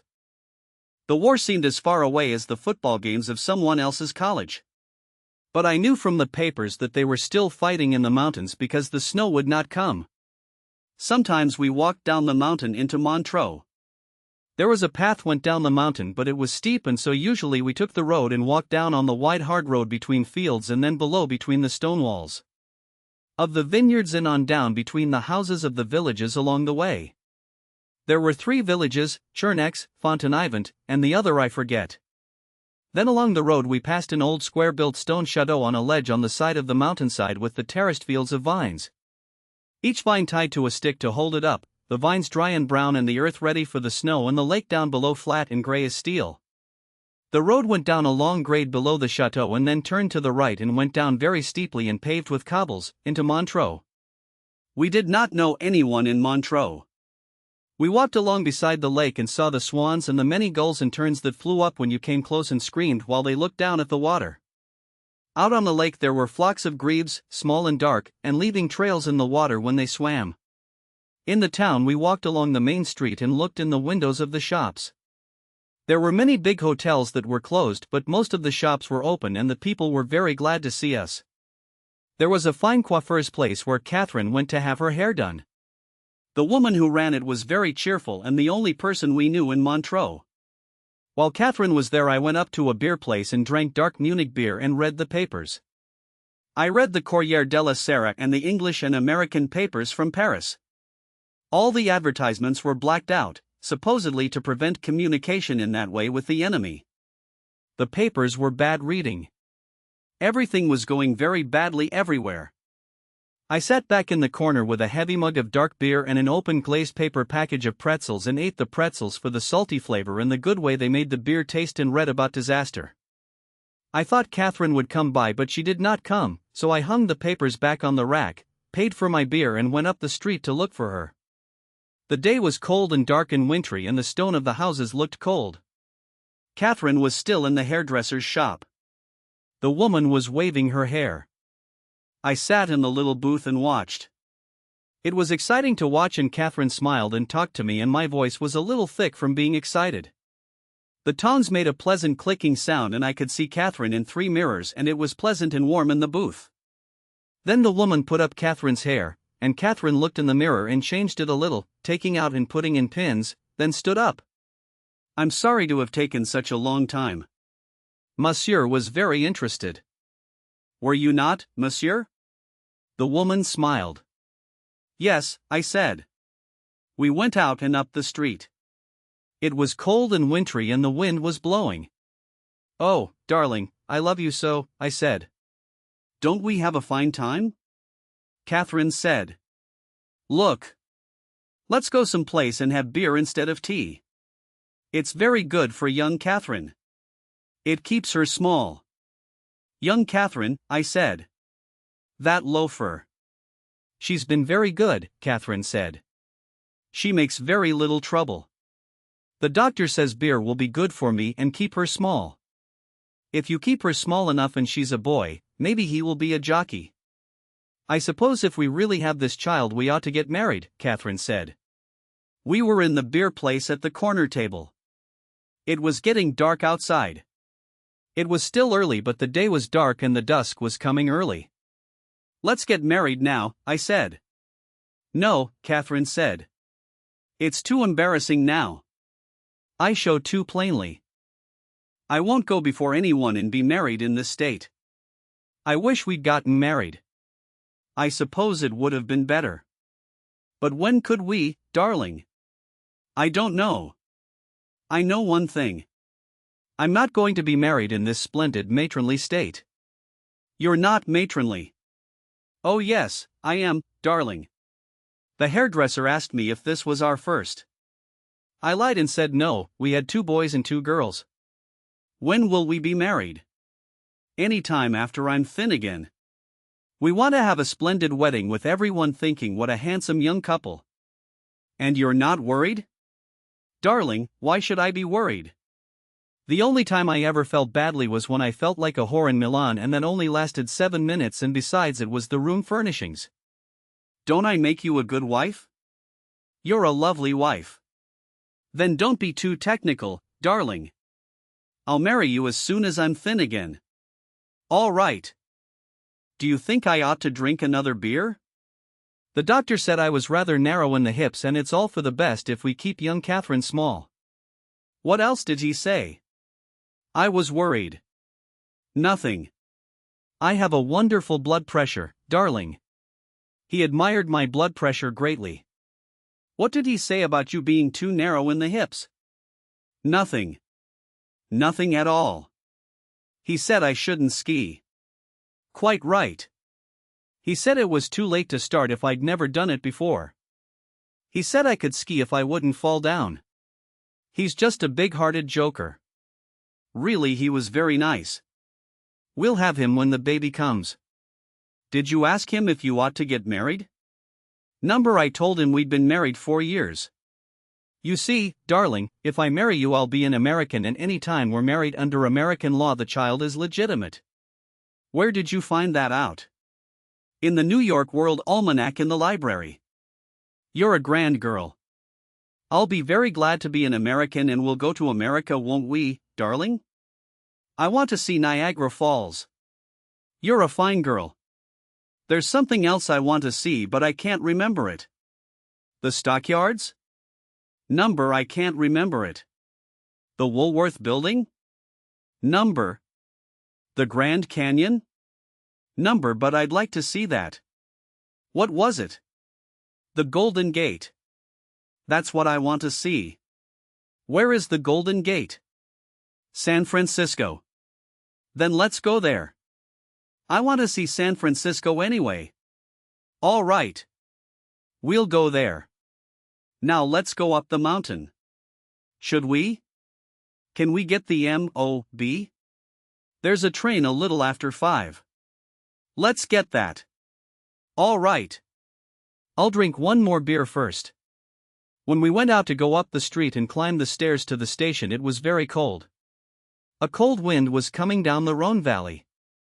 There were lights in the shop windows, and we climbed the steep stone stairway to the upper street, then up another stairs to the station. The electric train was there waiting, all the lights on. There was a dial that showed when it left. The clock hands pointed to 10 minutes after 5. I looked at the station clock. It was 5 minutes after. As we got on board, I saw the motorman and conductor coming out of the station wine shop. We sat down and opened the window. The train was electrically heated and stuffy, but fresh cold air came in through the window. Are you tired, Cat? I asked. I feel splendid. It isn't a long ride. I like the ride, she said. Don't worry about me, darling. I feel fine. Snow did not come until 3 days before Christmas. We woke one morning and it was snowing. We stayed in bed with the fire roaring in the stove and watched the snow fall. Mrs. Guttingen took away the breakfast trays and put more wood in the stove. It was a big snowstorm. She said it had started about midnight. I went to the window and looked out but could not see across the road. It was blowing and snowing wildly. I went back to bed and we lay and talked. I wish I could ski, Catherine said. It's rotten not to be able to ski. We'll get a bobsled and come down the road. That's no worse for you than riding in a car. Won't it be rough? We can see. I hope it won't be too rough. After a while we'll take a walk in the snow. Before lunch, Catherine said, so we'll have a good appetite. I'm always hungry. So am I. We went out in the snow, but it was drifted so that we could not walk far. I went ahead and made a trail down to the station, but when we reached there we had gone far enough. The snow was blowing so we could hardly see, and we went into the little inn by the station and swept each other off with a broom and sat on a bench and had vermouths. "It is a big storm," the barmaid said. "Yes. The snow is very late this year." "Yes." "Could I eat a chocolate bar?" Catherine asked. "Or is it too close to lunch? I'm always hungry." "Go on and eat one," I said. "I'll take one with filberts," Catherine said. "They are very good," the girl said. "I like them the best." "I'll have another vermouth," I said. When we came out to start back up the road, our track was filled in by the snow. There were only faint indentations where the holes had been. The snow blew in our faces so we could hardly see. We brushed off and went in to have lunch. Mr. Göttingen served the lunch. "Tomorrow there will be skiing," he said. "Do you ski, Mr. Henry?" "Number, but I want to learn." "You will learn very easily. My boy will be here for Christmas and he will teach you." "That's fine. When does he come?" "Tomorrow night." When we were sitting by the stove in the little room after lunch looking out the window at the snow coming down, Catherine said, "Wouldn't you like to go on a trip somewhere by yourself, darling, and be with men and ski?" "Number, why should I? I should think sometimes you would want to see other people besides me." "Do you want to see other people?" "Number, neither do I." "I know. But you're different." "I'm having a child and that makes me contented not to do anything. I know I'm awfully stupid now and I talk too much and I think you ought to get away so you won't be tired of me." "Do you want me to go away?" "Number, I want you to stay. That's what I'm going to do." "Come over here," she said. "I want to feel the bump on your head. It's a big bump." She ran her finger over it. "Darling, would you like to grow a beard? Would you like me to? It might be fun. I'd like to see you with a beard." "All right. I'll grow one. I'll start now this minute." "It's a good idea. It will give me something to do." "Are you worried because you haven't anything to do?" "Number, I like it. I have a fine life." "Don't you?" "I have a lovely life. But I was afraid because I'm big now that maybe I was a bore to you." "Oh, Cat. You don't know how crazy I am about you." "This way?" "Just the way you are. I have a fine time. Don't we have a good life?" "I do, but I thought maybe you were restless." "Number, sometimes I wonder about the front and about people I know, but I don't worry. I don't think about anything much." "Who do you wonder about?" "About Rinaldi and the priest and lots of people I know. But I don't think about them much. I don't want to think about the war. I'm through with it." "What are you thinking about now?" "Nothing." "Yes, you were. Tell me." "I was wondering whether Rinaldi had the syphilis." "Was that all?" "Yes." "Has he the syphilis?" "I don't know." "I'm glad you haven't. Did you ever have anything like that?" "I had gonorrhea." "I don't want to hear about it." "Was it very painful, darling?" "Very. I wish I'd had it." "No, you don't." "I do. I wish I'd had it to be like you. I wish I'd stayed with all your girls so I could make fun of them to you." "That's a pretty picture." "It's not a pretty picture, you having gonorrhea." "I know it. Look at it snow now." "I'd rather look at you." "Darling, why don't you let your hair grow?" "How grow?" "Just grow a little longer." "It's long enough now."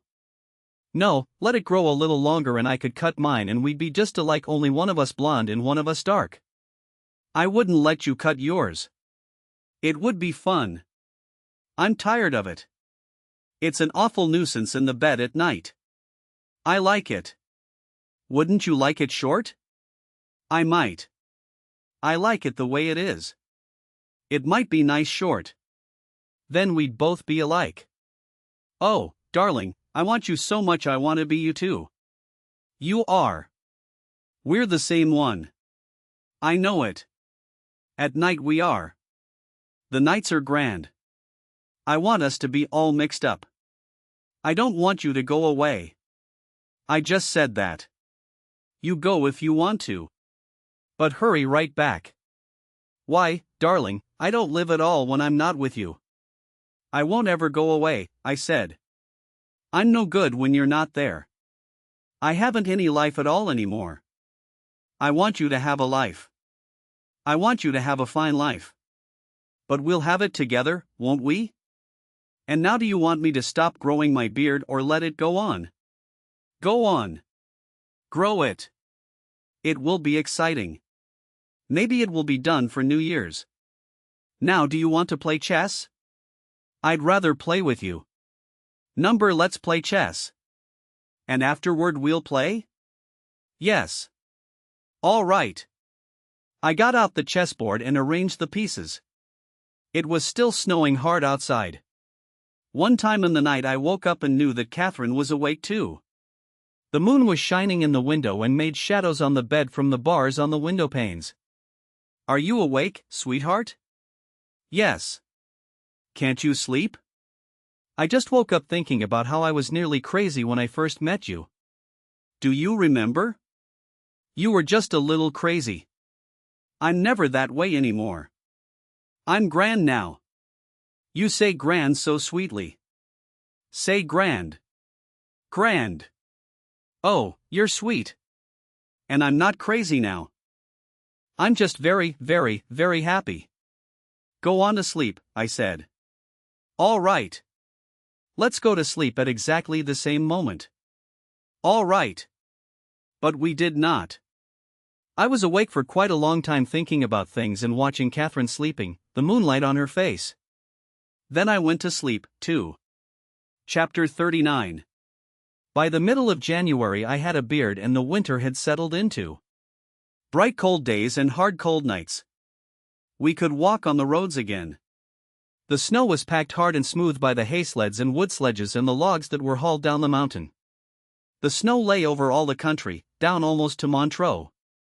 The mountains on the other side of the lake were all white and the plain of the Rhone Valley was covered. We took long walks on the other side of the mountain to the Bains des Elias. Catherine wore hobnailed boots and a cape and carried a stick with a sharp steel point. She did not look big with the cape and we would not walk too fast but stopped and sat on logs by the roadside to rest when she was tired. There was an inn in the trees at the Bains des Elias where the woodcutters stopped to drink, and we sat inside warmed by the stove and drank hot red wine with spices and lemon in it. They called it glühwein and it was a good thing to warm you and to celebrate with. The inn was dark and smoky inside and afterward when you went out the cold air came sharply into your lungs and numbed the edge of your nose as you inhaled. We looked back at the inn with light coming from the windows and the woodcutters' horses stamping and jerking their heads outside to keep warm. There was frost on the hairs of their muzzles and their breathing made plumes of frost in the air. Going up the road toward home the road was smooth and slippery for a while and the ice orange from the horses until the wood hauling track turned off. Then the road was clean packed snow and led through the woods, and twice coming home in the evening, we saw foxes. It was a fine country and every time that we went out it was fun. You have a splendid beard now, Catherine said. It looks just like the woodcutters. Did you see the man with the tiny gold earrings? He's a chamois hunter, I said. They wear them because they say it makes them hear better. Really? I don't believe it. I think they wear them to show they are chamois hunters. Are there chamois near here? Yes, beyond the Dent de Jamin. It was fun seeing the fox. When he sleeps he wraps the tail around him to keep warm. It must be a lovely feeling. I always wanted to have a tail like that. Wouldn't it be fun if we had brushes like a fox? It might be very difficult dressing. We'd have clothes made, or live in a country where it wouldn't make any difference. We live in a country where nothing makes any difference. Isn't it grand how we never see anyone? You don't want to see people, do you, darling? Should we sit here just a minute? I'm a little bit tired. We sat close together on the logs. Ahead the road went down through the forest. She won't come between us, will she? The little brat. Number we won't let her. How are we for money? We have plenty. They honored the last sight draft. Won't your family try and get hold of you now they know you're in Switzerland? Probably. I'll write them something. Haven't you written them? Number only the sight draft. Thank God I'm not your family. I'll send them a cable. Don't you care anything about them? I did, but we quarreled so much it wore itself out. I think I'd like them. I'd probably like them very much. Let's not talk about them or I'll start to worry about them. After a while I said, let's go on if you're rested. I'm rested. We went on down the road. It was dark now and the snow squeaked under our boots. The night was dry and cold and very clear.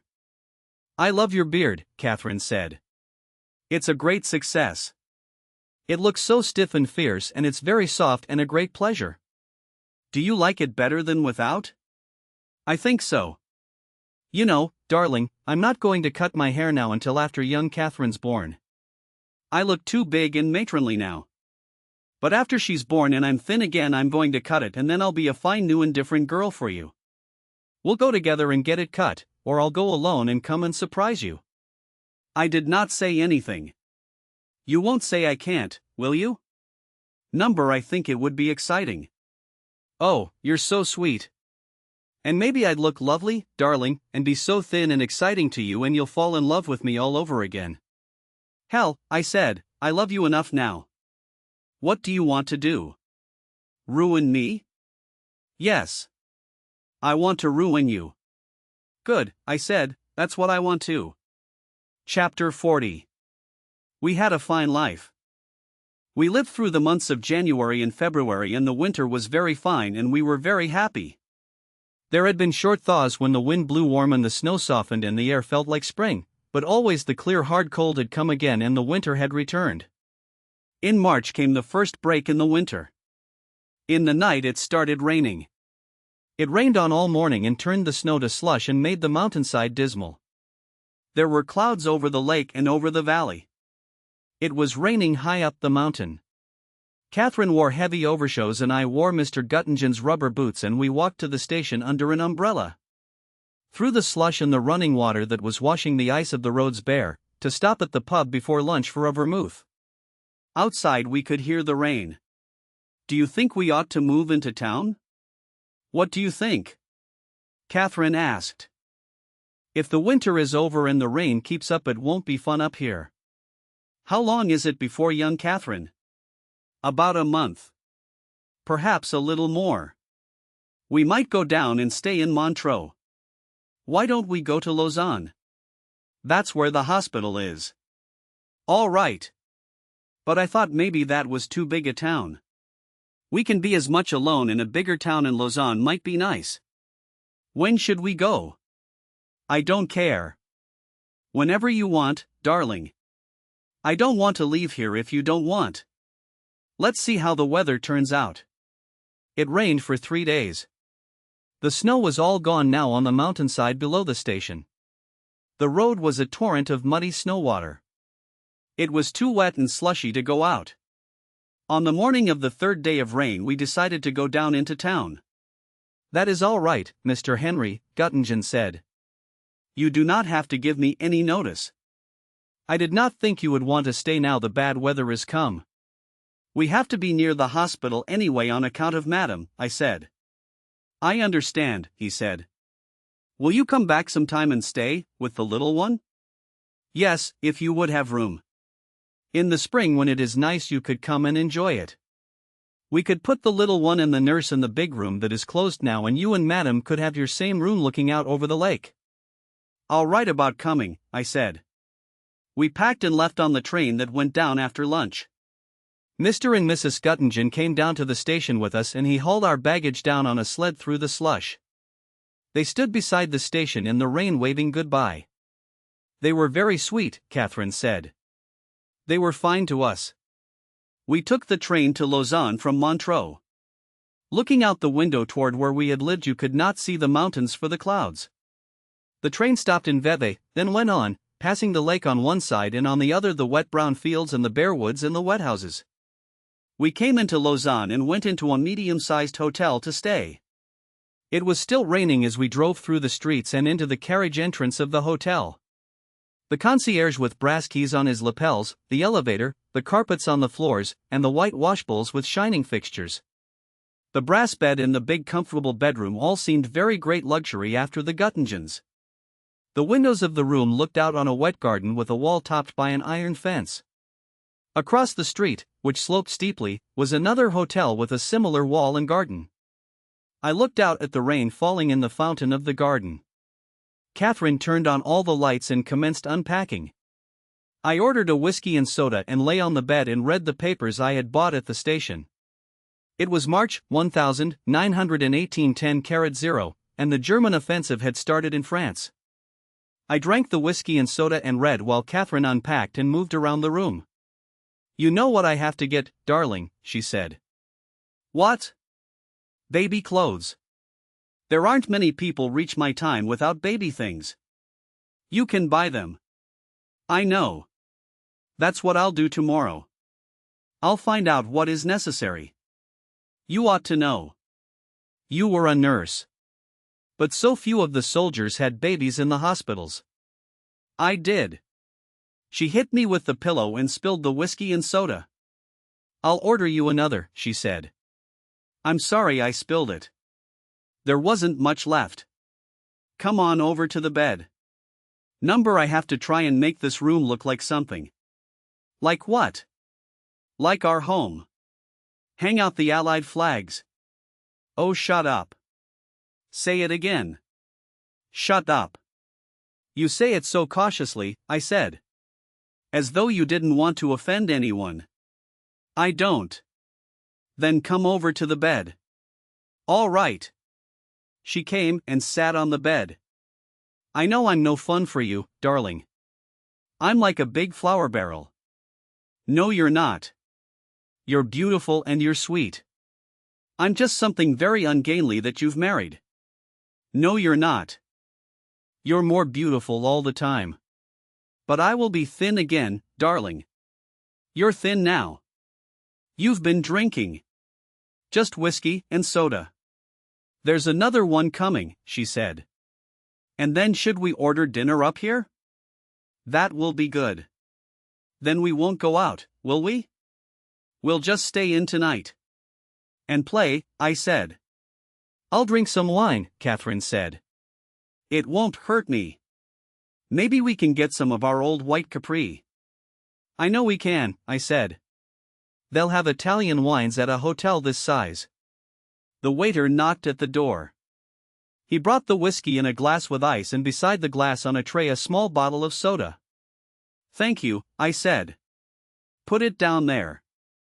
Will you please have dinner for two brought up here and 2 bottles of dry white Capri and ice? Do you wish to commence your dinner with soup? Do you want soup, Cat? Please. Bring soup for 1. Thank you, sir." He went out and shut the door. I went back to the papers and the war in the papers and poured the soda slowly over the ice into the whiskey. I would have to tell them not to put ice in the whiskey. Let them bring the ice separately. That way you could tell how much whiskey there was and it would not suddenly be too thin from the soda. I would get a bottle of whiskey and have them bring ice and soda. That was the sensible way. Good whiskey was very pleasant. It was one of the pleasant parts of life. What are you thinking, darling? About whiskey. What about whiskey? About how nice it is. Catherine made a face. "All right," she said. We stayed at that hotel 3 weeks. It was not bad. The dining room was usually empty and very often we ate in our room at night. We walked in the town and took the cogwheel railway down to Ouchy and walked beside the lake. The weather became quite warm and it was like spring. We wished we were back in the mountains, but the spring weather lasted only a few days and then the cold rawness of the breaking up of winter came again. Catherine bought the things she needed for the baby, up in the town. I went to a gymnasium in the arcade to box for exercise. I usually went up there in the morning while Catherine stayed late in bed. On the days of false spring it was very nice, after boxing and taking a shower, to walk along the streets smelling the spring in the air and stop at a cafe to sit and watch the people and read the paper and drink a vermouth. Then go down to the hotel and have lunch with Catherine. The professor at the boxing gymnasium wore mustaches and was very precise and jerky and went all to pieces if you started after him. But it was pleasant in the gym. There was good air and light, and I worked quite hard, skipping rope, shadowboxing, doing abdominal exercises lying on the floor in a patch of sunlight that came through the open window, and occasionally scaring the professor when we boxed. I could not shadowbox in front of the narrow long mirror at first because it looked so strange to see a man with a beard boxing. But finally I just thought it was funny. I wanted to take off the beard as soon as I started boxing, but Catherine did not want me to. Sometimes Catherine and I went for rides out in the country in a carriage. It was nice to ride when the days were pleasant, and we found 2 good places where we could ride out to eat. Catherine could not walk very far now, and I loved to ride out along the country roads with her. When there was a good day we had a splendid time, and we never had a bad time. We knew the baby was very close now, and it gave us both a feeling as though something were hurrying us and we could not lose any time together. Chapter 41. One morning I awoke about 3 o'clock hearing Catherine stirring in the bed. "Are you all right, Cat?" "I've been having some pains, darling." "Regularly?" "No, not very." "If you have them at all regularly, we'll go to the hospital." I was very sleepy and went back to sleep. A little while later I woke again. "Maybe you'd better call up the doctor," Catherine said. "I think maybe this is it." I went to the phone and called the doctor. "How often are the pains coming?" he asked. "How often are they coming, Cat?" "I should think every quarter of an hour." "You should go to the hospital then," the doctor said. "I will dress and go there right away myself." I hung up and called the garage near the station to send up a taxi. No one answered the phone for a long time. Then I finally got a man who promised to send up a taxi at once. Catherine was dressing. Her bag was all packed with the things she would need at the hospital and the baby things. Outside in the hall I rang for the elevator. There was no answer. I went downstairs. There was no one downstairs except the night watchman. I brought the elevator up myself, put Catherine's bag in it, she stepped in and we went down. The night watchman opened the door for us and we sat outside on the stone slabs beside the stairs down to the driveway and waited for the taxi. The night was clear and the stars were out. Catherine was very excited. "I'm so glad it started," she said. "Now in a little while it will be all over." "You're a good brave girl." "I'm not afraid. I wish the taxi would come, though." We heard it coming up the street and saw its headlights. It turned into the driveway and I helped Catherine in and the driver put the bag up in front. "Drive to the hospital," I said. We went out of the driveway and started up the hill. At the hospital we went in and I carried the bag. There was a woman at the desk who wrote down Catherine's name, age, address, relatives, and religion in a book. She said she had no religion and the woman drew a line in the space after that word. She gave her name as Catherine Henry. "I will take you up to your room," she said. We went up in an elevator. The woman stopped it and we stepped out and followed her down a hall. Catherine held tight to my arm. "This is the room," the woman said. "Will you please undress and get into bed? Here is a nightgown for you to wear." "I have a nightgown," Catherine said. "It is better for you to wear this nightgown," the woman said. I went outside and sat on a chair in the hallway. "You can come in now," the woman said from the doorway. Catherine was lying in the narrow bed wearing a plain, square-cut nightgown that looked as though it were made of rough sheeting. She smiled at me. "I'm having fine pains now," she said. The woman was holding her wrist and timing the pains with a watch. "That was a big one," Catherine said. I saw it on her face. "Where's the doctor?" I asked the woman. "He's lying down sleeping. He will be here when he is needed." "I must do something for Madam, now," the nurse said. "Would you please step out again?" I went out into the hall. It was a bare hall with 2 windows and closed doors all down the corridor. It smelled of hospital. I sat on the chair and looked at the floor and prayed for Catherine. "You can come in," the nurse said. I went in. "Hello, darling," Catherine said. "How is it?" "They are coming quite often now." Her face drew up. Then she smiled. "That was a real one. Do you want to put your hand on my back again, nurse?" "If it helps you," the nurse said. "You go away, darling," Catherine said. "Go out and get something to eat." "I may do this for a long time," the nurse says. "The first labor is usually protracted," the nurse said. "Please go out and get something to eat," Catherine said. "I'm fine, really." "I'll stay a while," I said. The pains came quite regularly, then slackened off. Catherine was very excited. When the pains were bad, she called them good ones. When they started to fall off, she was disappointed and ashamed. "You go out, darling," she said. "I think you are just making me self-conscious." Her face tied up. There. That was better. "I so want to be a good wife and have this child without any foolishness. Please go and get some breakfast, darling, and then come back. I won't miss you. Nurse is splendid to me." "You have plenty of time for breakfast," the nurse said. "I'll go then. Goodbye, sweet." "Goodbye," Catherine said, "and have a fine breakfast for me too." "Where can I get breakfast?" I asked the nurse. "There's a cafe down the street at the square," she said. "It should be open now." Outside it was getting light. I walked down the empty street to the cafe. There was a light in the window. I went in and stood at the zinc bar, and an old man served me a glass of white wine and a brioche. The brioche was yesterday's. I dipped it in the wine and then drank a glass of coffee. "What do you do at this hour?" the old man asked. "My wife is in labor at the hospital." "So? I wish you good luck. Give me another glass of wine." He poured it from the bottle, slopping it over a little so some ran down on the zinc. I drank this glass, paid, and went out. Outside along the street were the refuse cans from the houses waiting for the collector. A dog was nosing at one of the cans. "What do you want?" I asked, and looked in the can to see if there was anything I could pull out for him. There was nothing on top but coffee grounds, dust, and some dead flowers. "There isn't anything, dog," I said. The dog crossed the street.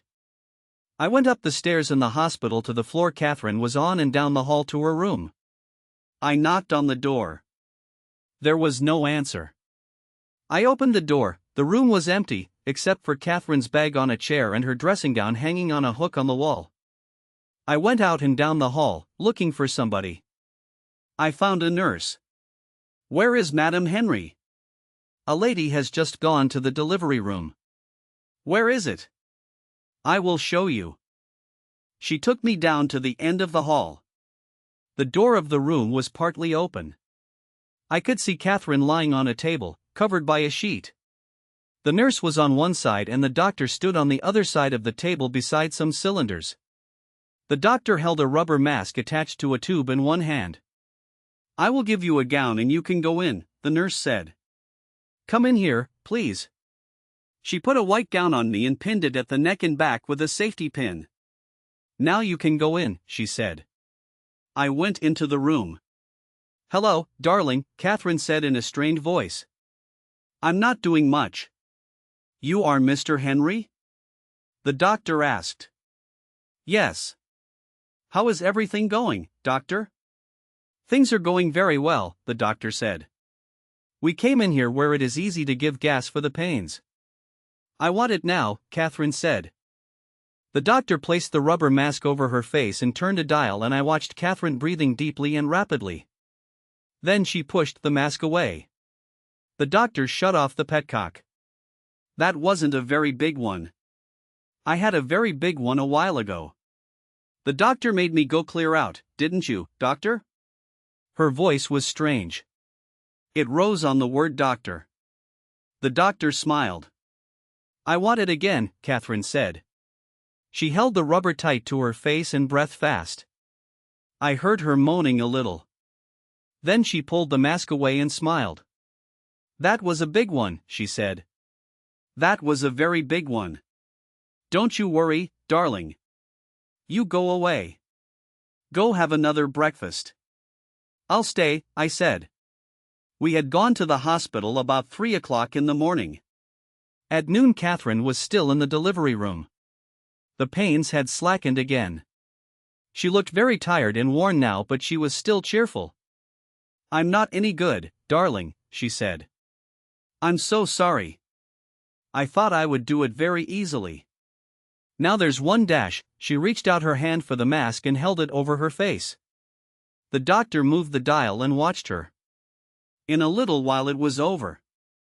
"It wasn't much," Catherine said. She smiled. "I'm a fool about the gas. It's wonderful." "We'll get some for the home," I said. "There one comes," Catherine said quickly. The doctor turned the dial and looked at his watch. "What is the interval now?" I asked. "About a minute. Don't you want lunch?" "I will have something pretty soon," he said. "You must have something to eat, doctor," Catherine said. "I'm so sorry I go on so long. Couldn't my husband give me the gas?" "If you wish," the doctor said. "You turn it to the numeral 2. "I see," I said. There was a marker on a dial that turned with a handle. "I want it now," Catherine said. She held the mask tight to her face. I turned the dial to number 2, and when Catherine put down the mask I turned it off. It was very good of the doctor to let me do something. "Did you do it, darling?"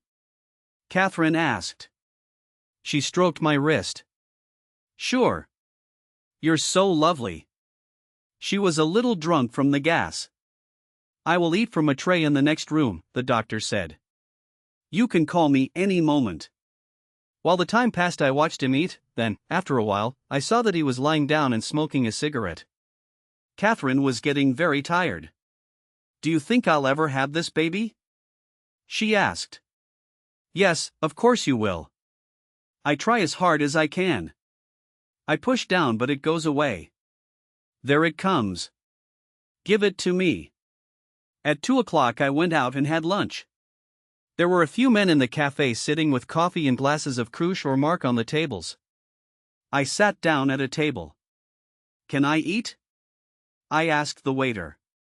"It is past time for lunch. Isn't there anything for all hours?" "You can have choucroute." "Give me choucroute and beer." "A demi or a bock?" "A light demi." The waiter brought a dish of sauerkraut with a slice of ham over the top and a sausage buried in the hot wine-soaked cabbage. I ate it and drank the beer. I was very hungry. I watched the people at the tables in the cafe. At one table they were playing cards. 2 men at the table next me were talking and smoking. The cafe was full of smoke. The zinc bar, where I had breakfasted, had 3 people behind it now: the old man, a plump woman in a black dress who sat behind a counter and kept track of everything served to the tables, and a boy in an apron. I wondered how many children the woman had and what it had been like. When I was through with the choucroute I went back to the hospital. The street was all clean now. There were no refuse cans out. The day was cloudy but the sun was trying to come through. I rode upstairs in the elevator, stepped out and went down the hall to Catherine's room, where I had left my white gown. I put it on and pinned it in back at the neck. I looked in the glass and saw myself looking like a fake doctor with a beard. I went down the hall to the delivery room. The door was closed and I knocked. No one answered, so I turned the handle and went in. The doctor sat by Catherine. The nurse was doing something at the other end of the room. "Here is your husband," the doctor said. "Oh, darling, I have the most wonderful doctor," Catherine said in a very strange voice. "He's been telling me the most wonderful story, and when the pain came too badly he put me all the way out. He's wonderful." "You're wonderful, doctor." "You're drunk," I said. "I know it," Catherine said. "But you shouldn't say it." "Then, give it to me." "Give it to me." She clutched hold of the mask and breathed short and deep, pantingly, making the respirator click. Then she gave a long sigh and the doctor reached with his left hand and lifted away the mask. "That was a very big one," Catherine said. Her voice was very strange. "I'm not going to die now, darling. I'm past where I was going to die." "Aren't you glad? Don't you get in that place again." "I won't. I'm not afraid of it though. I won't die, darling." "You will not do any such foolishness," the doctor said. "You would not die and leave your husband." "Oh, no. I won't die. I wouldn't die. It's silly to die. There it comes. Give it to me." After a while the doctor said, "You will go out, Mr. Henry, for a few moments and I will make an examination." "He wants to see how I am doing," Catherine said. "You can come back afterward, darling, can't he, doctor?" "Yes," said the doctor. "I will send word when he can come back." I went out the door and down the hall to the room where Catherine was to be after the baby came. I sat in a chair there and looked at the room. I had the paper in my coat that I had bought when I went out for lunch and I read it. It was beginning to be dark outside and I turned the light on to read. After a while I stopped reading and turned off the light and watched it get dark outside. I wondered why the doctor did not send for me. Maybe it was better I was away. He probably wanted me away for a while. I looked at my watch. If he did not send for me in 10 minutes I would go down anyway. Poor dear cat. And this was the price you paid for sleeping together. This was the end of the trap. This was what people got for loving each other. Thank God for gas, anyway. What must it have been like before there were anesthetics? Once it started, they were in the mill race. Catherine had a good time in the time of pregnancy. It wasn't bad. She was hardly ever sick. She was not awfully uncomfortable until toward the last. So now they got her in the end. You never got away with anything. Get away, hell. It would have been the same if we had been married 50 times. And what if she should die? She won't die. People don't die in childbirth nowadays. That was what all husbands thought. Yes, but what if she should die? She won't die. She's just having a bad time. The initial labor is usually protracted. She's only having a bad time. Afterward we'd say what a bad time and Catherine would say it wasn't really so bad. But what if she should die? She can't die. Yes, but what if she should die? She can't, I tell you. Don't be a fool. It's just a bad time. It's just nature giving her hell. It's only the first labor, which is almost always protracted. Yes, but what if she should die? She can't die. Why would she die? What reason is there for her to die? There's just a child that has to be born, the byproduct of good nights in Milan. It makes trouble and is born and then you look after it and get fond of it maybe. But what if she should die? She won't die. But what if she should die? She won't. She's all right. But what if she should die? She can't die. But what if she should die? Hey, what about that? What if she should die? The doctor came into the room. How does it go, doctor? It doesn't go, he said. What do you mean? Just that. I made an examination dash, he detailed the result of the examination. Since then I've waited to see. But it doesn't go. What do you advise? There are two things. Either a high forceps delivery which can tear and be quite dangerous besides being possibly bad for the child, and a caesarean. What is the danger of a caesarean? What if she should die? It should be no greater than the danger of an ordinary delivery. Would you do it yourself? Yes. I would need possibly an hour to get things ready and to get the people I would need. Perhaps a little less. What do you think? I would advise a caesarean operation. If it were my wife I would do a caesarean. What are the after effects? There are none. There is only the scar. What about infection? The danger is not so great as in a high forceps delivery. What if you just went on and did nothing? You would have to do something eventually. Mrs. Henry is already losing much of her strength. The sooner we operate now, the safer. Operate as soon as you can, I said. I will go and give the instructions. I went into the delivery room. The nurse was with Catherine, who lay on the table, big under the sheet, looking very pale and tired. Did you tell him he could do it? She asked. Yes. Isn't that grand? Now it will be all over in an hour. I'm almost done, darling. I'm going all to pieces. Please give me that. It doesn't work. Oh, it doesn't work.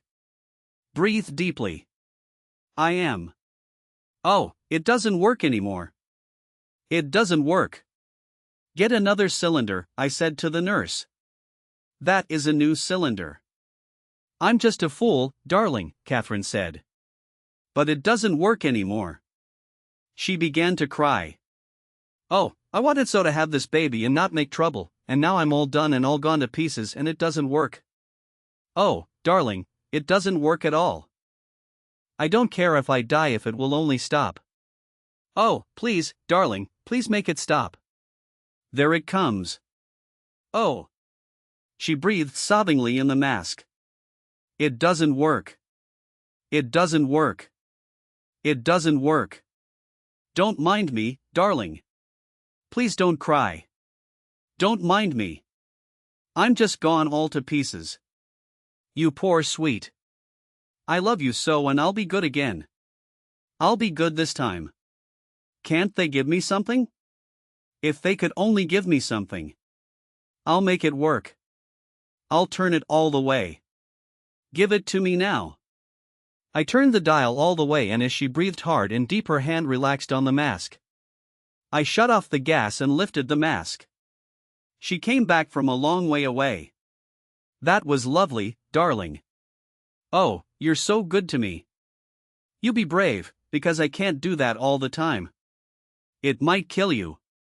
I'm not brave anymore, darling. I'm all broken. They've broken me. I know it now. Everybody is that way. But it's awful. They just keep it up till they break you. In an hour it will be over. Isn't that lovely? Darling, I won't die, will I? Number, I promise you won't. Because I don't want to die and leave you, but I get so tired of it and I feel I'm going to die. Nonsense. Everybody feels that. Sometimes I know I'm going to die. You won't. You can't. But what if I should? I won't let you. Give it to me quick. Give it to me. Then afterward, I won't die. I won't let myself die. Of course you won't. You'll stay with me? Not to watch it. No, just to be there. Sure. I'll be there all the time. You're so good to me. There, give it to me. Give me some more. It's not working. I turned the dial to 3 and then 4. I wished the doctor would come back. I was afraid of the numbers above 2. Finally, a new doctor came in with 2 nurses, and they lifted Catherine onto a wheeled stretcher, and we started down the hall. The stretcher went rapidly down the hall and into the elevator, where everyone had to crowd against the wall to make room. Then up, then an open door, and out of the elevator and down the hall on rubber wheels to the operating room. I did not recognize the doctor with his cap and mask on. There was another doctor and more nurses. They've got to give me something, Catherine said. They've got to give me something. Oh please, doctor, give me enough to do some good. One of the doctors put a mask over her face, and I looked through the door and saw the bright small amphitheater of the operating room. You can go in the other door and sit up there, a nurse said to me. There were benches behind a rail that looked down on the white table and the lights. I looked at Catherine. The mask was over her face and she was quiet now. They wheeled the stretcher forward. I turned away and walked down the hall. Two nurses were hurrying toward the entrance to the gallery. "It's a caesarean," one said. "They're going to do a caesarean." The other one laughed. "We're just in time. Aren't we lucky?" They went in the door that led to the gallery. Another nurse came along. She was hurrying too. "You go right in there." "Go right in," she said. "I'm staying outside." She hurried in. I walked up and down the hall. I was afraid to go in. I looked out the window. It was dark, but in the light from the window I could see it was raining. I went into a room at the far end of the hall and looked at the labels on bottles in a glass case. Then I came out and stood in the empty hall and watched the door of the operating room. A doctor came out, followed by a nurse. He held something in his two hands that looked like a freshly skinned rabbit and hurried across the corridor with it and in through another door. I went down to the door he had gone into and found them in the room doing things to a newborn child. The doctor held him up for me to see. He held him by the heels and slapped him. "Is he all right?" "He's magnificent. He'll weigh 5 kilos. I had no feeling for him. He did not seem to have anything to do with me. I felt no feeling of fatherhood." "Aren't you proud of your son?" the nurse asked. They were washing him and wrapping him in something. I saw the little dark face and dark hand, but I did not see him move or hear him cry. The doctor was doing something to him again. He looked upset.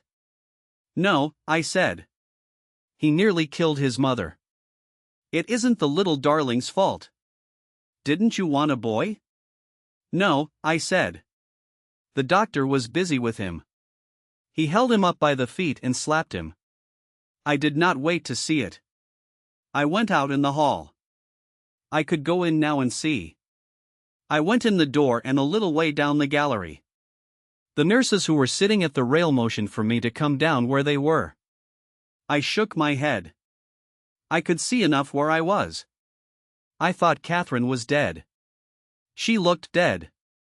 Her face was gray, the part of it that I could see. Down below, under the light, the doctor was sewing up the great long, forceps spread, thick-edged wound. Another doctor in a mask gave the anesthetic. Two nurses in masks handed things. It looked like a drawing of the Inquisition. I knew as I watched I could have watched it all, but I was glad I hadn't. I do not think I could have watched them cut, but I watched the wound closed into a high welted ridge with quick skillful-looking stitches like a cobbler's, and was glad. When the wound was closed I went out into the hall and walked up and down again. After a while the doctor came out. "How is she?" "She is all right." "Did you watch?" He looked tired. "I saw you sew up. The incision looked very long." "You thought so?" "Yes."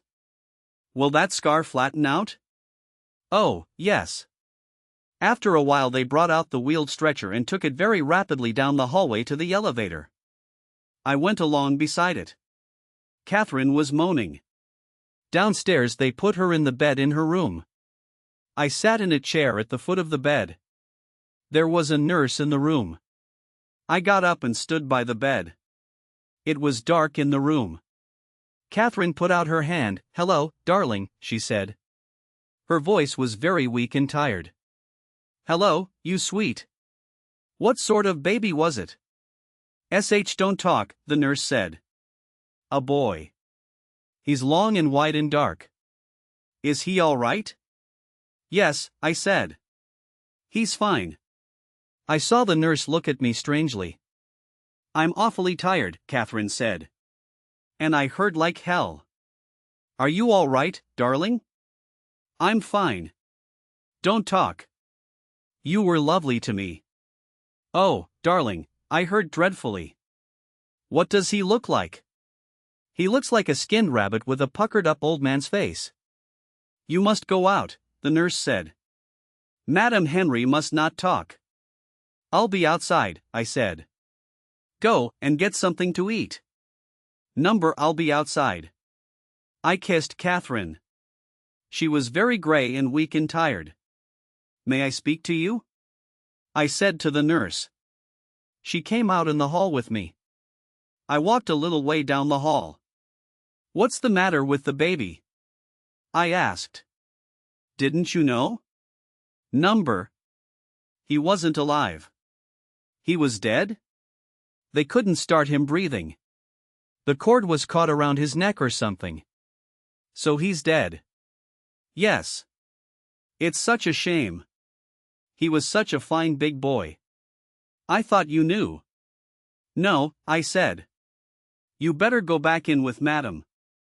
I sat down on the chair in front of a table where there were nurses' reports hung on clips at the side and looked out of the window. I could see nothing but the dark and the rain falling across the light from the window. So that was it. The baby was dead. That was why the doctor looked so tired. But why had they acted the way they did in the room with him? They supposed he would come around and start breathing probably. I had no religion, but I knew he ought to have been baptized. But what if he never breathed at all? He hadn't. He had never been alive. Except in Catherine. I'd felt him kick there often enough. But I hadn't for a week. Maybe he was choked all the time. Poor little kid. I wished the hell I'd been choked like that. No, I didn't. Still, there would not be all this dying to go through. Now Catherine would die. That was what you did. You died. You did not know what it was about. You never had time to learn. They threw you in and told you the rules, and the first time they caught you off base they killed you. Or they killed you gratuitously like Imo. Or gave you the syphilis like Rinaldo. But they killed you in the end. You could count on that. Stay around and they would kill you. Once in camp I put a log on top of the fire and it was full of ants. As it commenced to burn, the ants swarmed out and went first toward the center where the fire was, then turned back and ran toward the end. When there were enough on the end, they fell off into the fire. Some got out, their bodies burnt and flattened, and went off not knowing where they were going. But most of them went toward the fire and then back toward the end and swarmed on the cool end and finally fell off into the fire. I remember thinking at the time that it was the end of the world and a splendid chance to be a messiah and lift the log off the fire and throw it out where the ants could get off onto the ground. But I did not do anything but throw a tin cup of water on the log, so that I would have the cup empty to put whiskey in before I added water to it. I think the cup of water on the burning log only steamed the ants. So now I sat out in the hall and waited to hear how Catherine was. The nurse did not come out, so after a while I went to the door and opened it very softly and looked in. I could not see at first because there was a bright light in the hall and it was dark in the room. Then I saw the nurse sitting by the bed and Catherine's head on a pillow, and she all flat under the sheet. The nurse put her finger to her lips, then stood up and came to the door. "How is she?" I asked.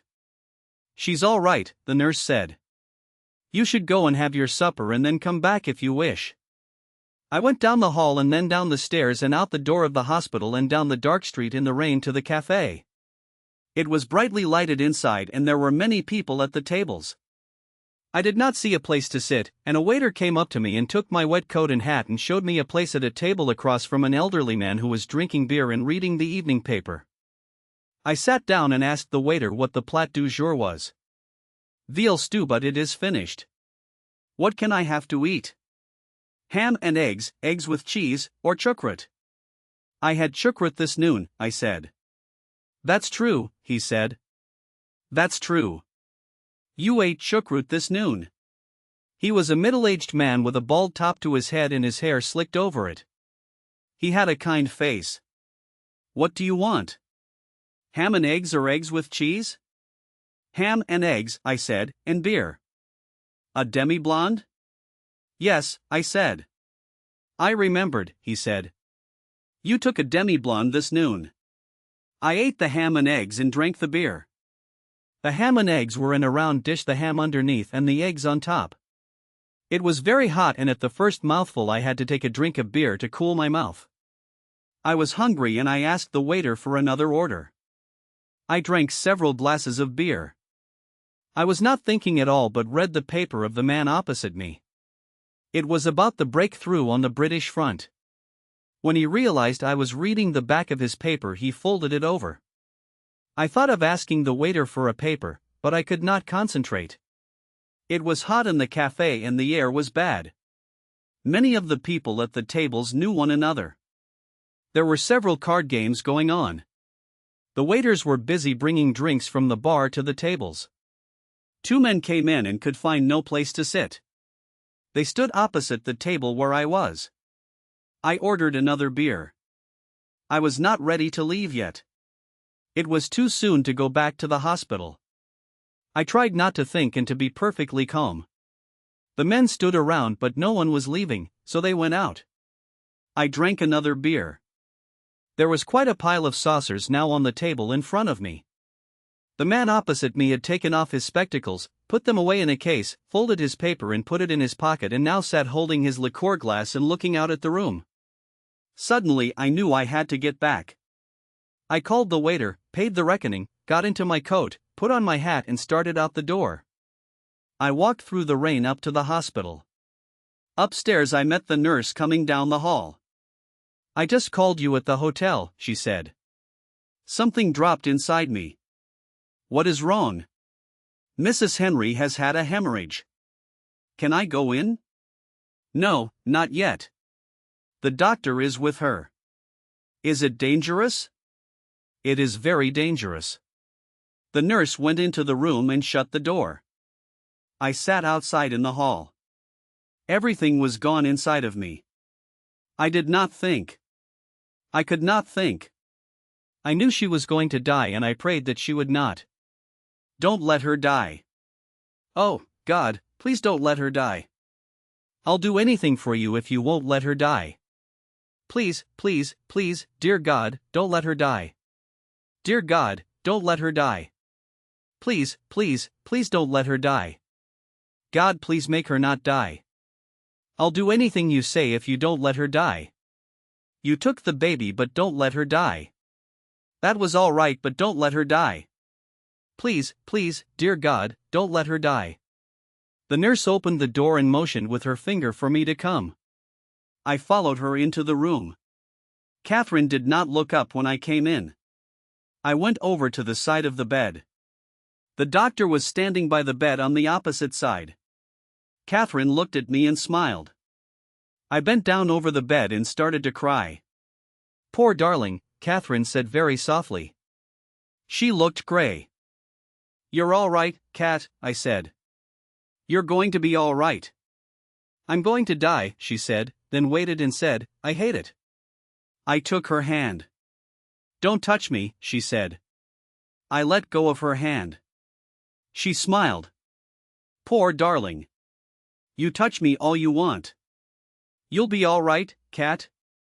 I know you'll be all right. I meant to write you a letter to have if anything happened, but I didn't do it. Do you want me to get a priest or anyone to come and see you?" "Just you," she said. Then a little later, "I'm not afraid. I just hate it." "You must not talk so much," the doctor said. "All right," Catherine said. "Do you want me to do anything, Cat? Can I get you anything?" Catherine smiled, then a little later, "You won't do our things with another girl, or say the same things, will you?" "Never. I want you to have girls, though." "I don't want them." "You are talking too much," the doctor said. "Mr. Henry must go out. He can come back again later. You are not going to die. You must not be silly." "All right," Catherine said. "I'll come and stay with you nights," she said. It was very hard for her to talk. "Please go out of the room," the doctor said. "You cannot talk." Catherine winked at me, her face gray. "I'll be right outside," I said. "Don't worry, darling," Catherine said. "I'm not a bit afraid. It's just a dirty trick. You dear, brave sweet." I waited outside in the hall. I waited a long time. The nurse came to the door and came over to me. "I'm afraid Mrs. Henry is very ill," she said. "I'm afraid for her." "Is she dead?" "No, but she is unconscious. It seems she had one hemorrhage after another. They couldn't stop it. I went into the room and stayed with Catherine until she died. She was unconscious all the time, and it did not take her very long to die. Outside the room, in the hall, I spoke to the doctor. Is there anything I can do tonight? Number, there is nothing to do. Can I take you to your hotel? No, thank you. I am going to stay here a while. I know there is nothing to say. No, I said. There's nothing to say. Good night, he said. I cannot take you to your hotel? No, thank you. It was the only thing to do, he said. I do not want to talk about it, I said. I would like to take you to your hotel. No, thank you. He went down the hall. I went to the door of the room. You can't come in now, one of the nurses said. Yes, I can, I said. You can't come in yet. You get out, I said. The other one too. But after I had got them out and shut the door and turned off the light, it wasn't any good. It was like saying goodbye to a statue. After a while I went out and left the hospital and walked back to the hotel in the rain. The end.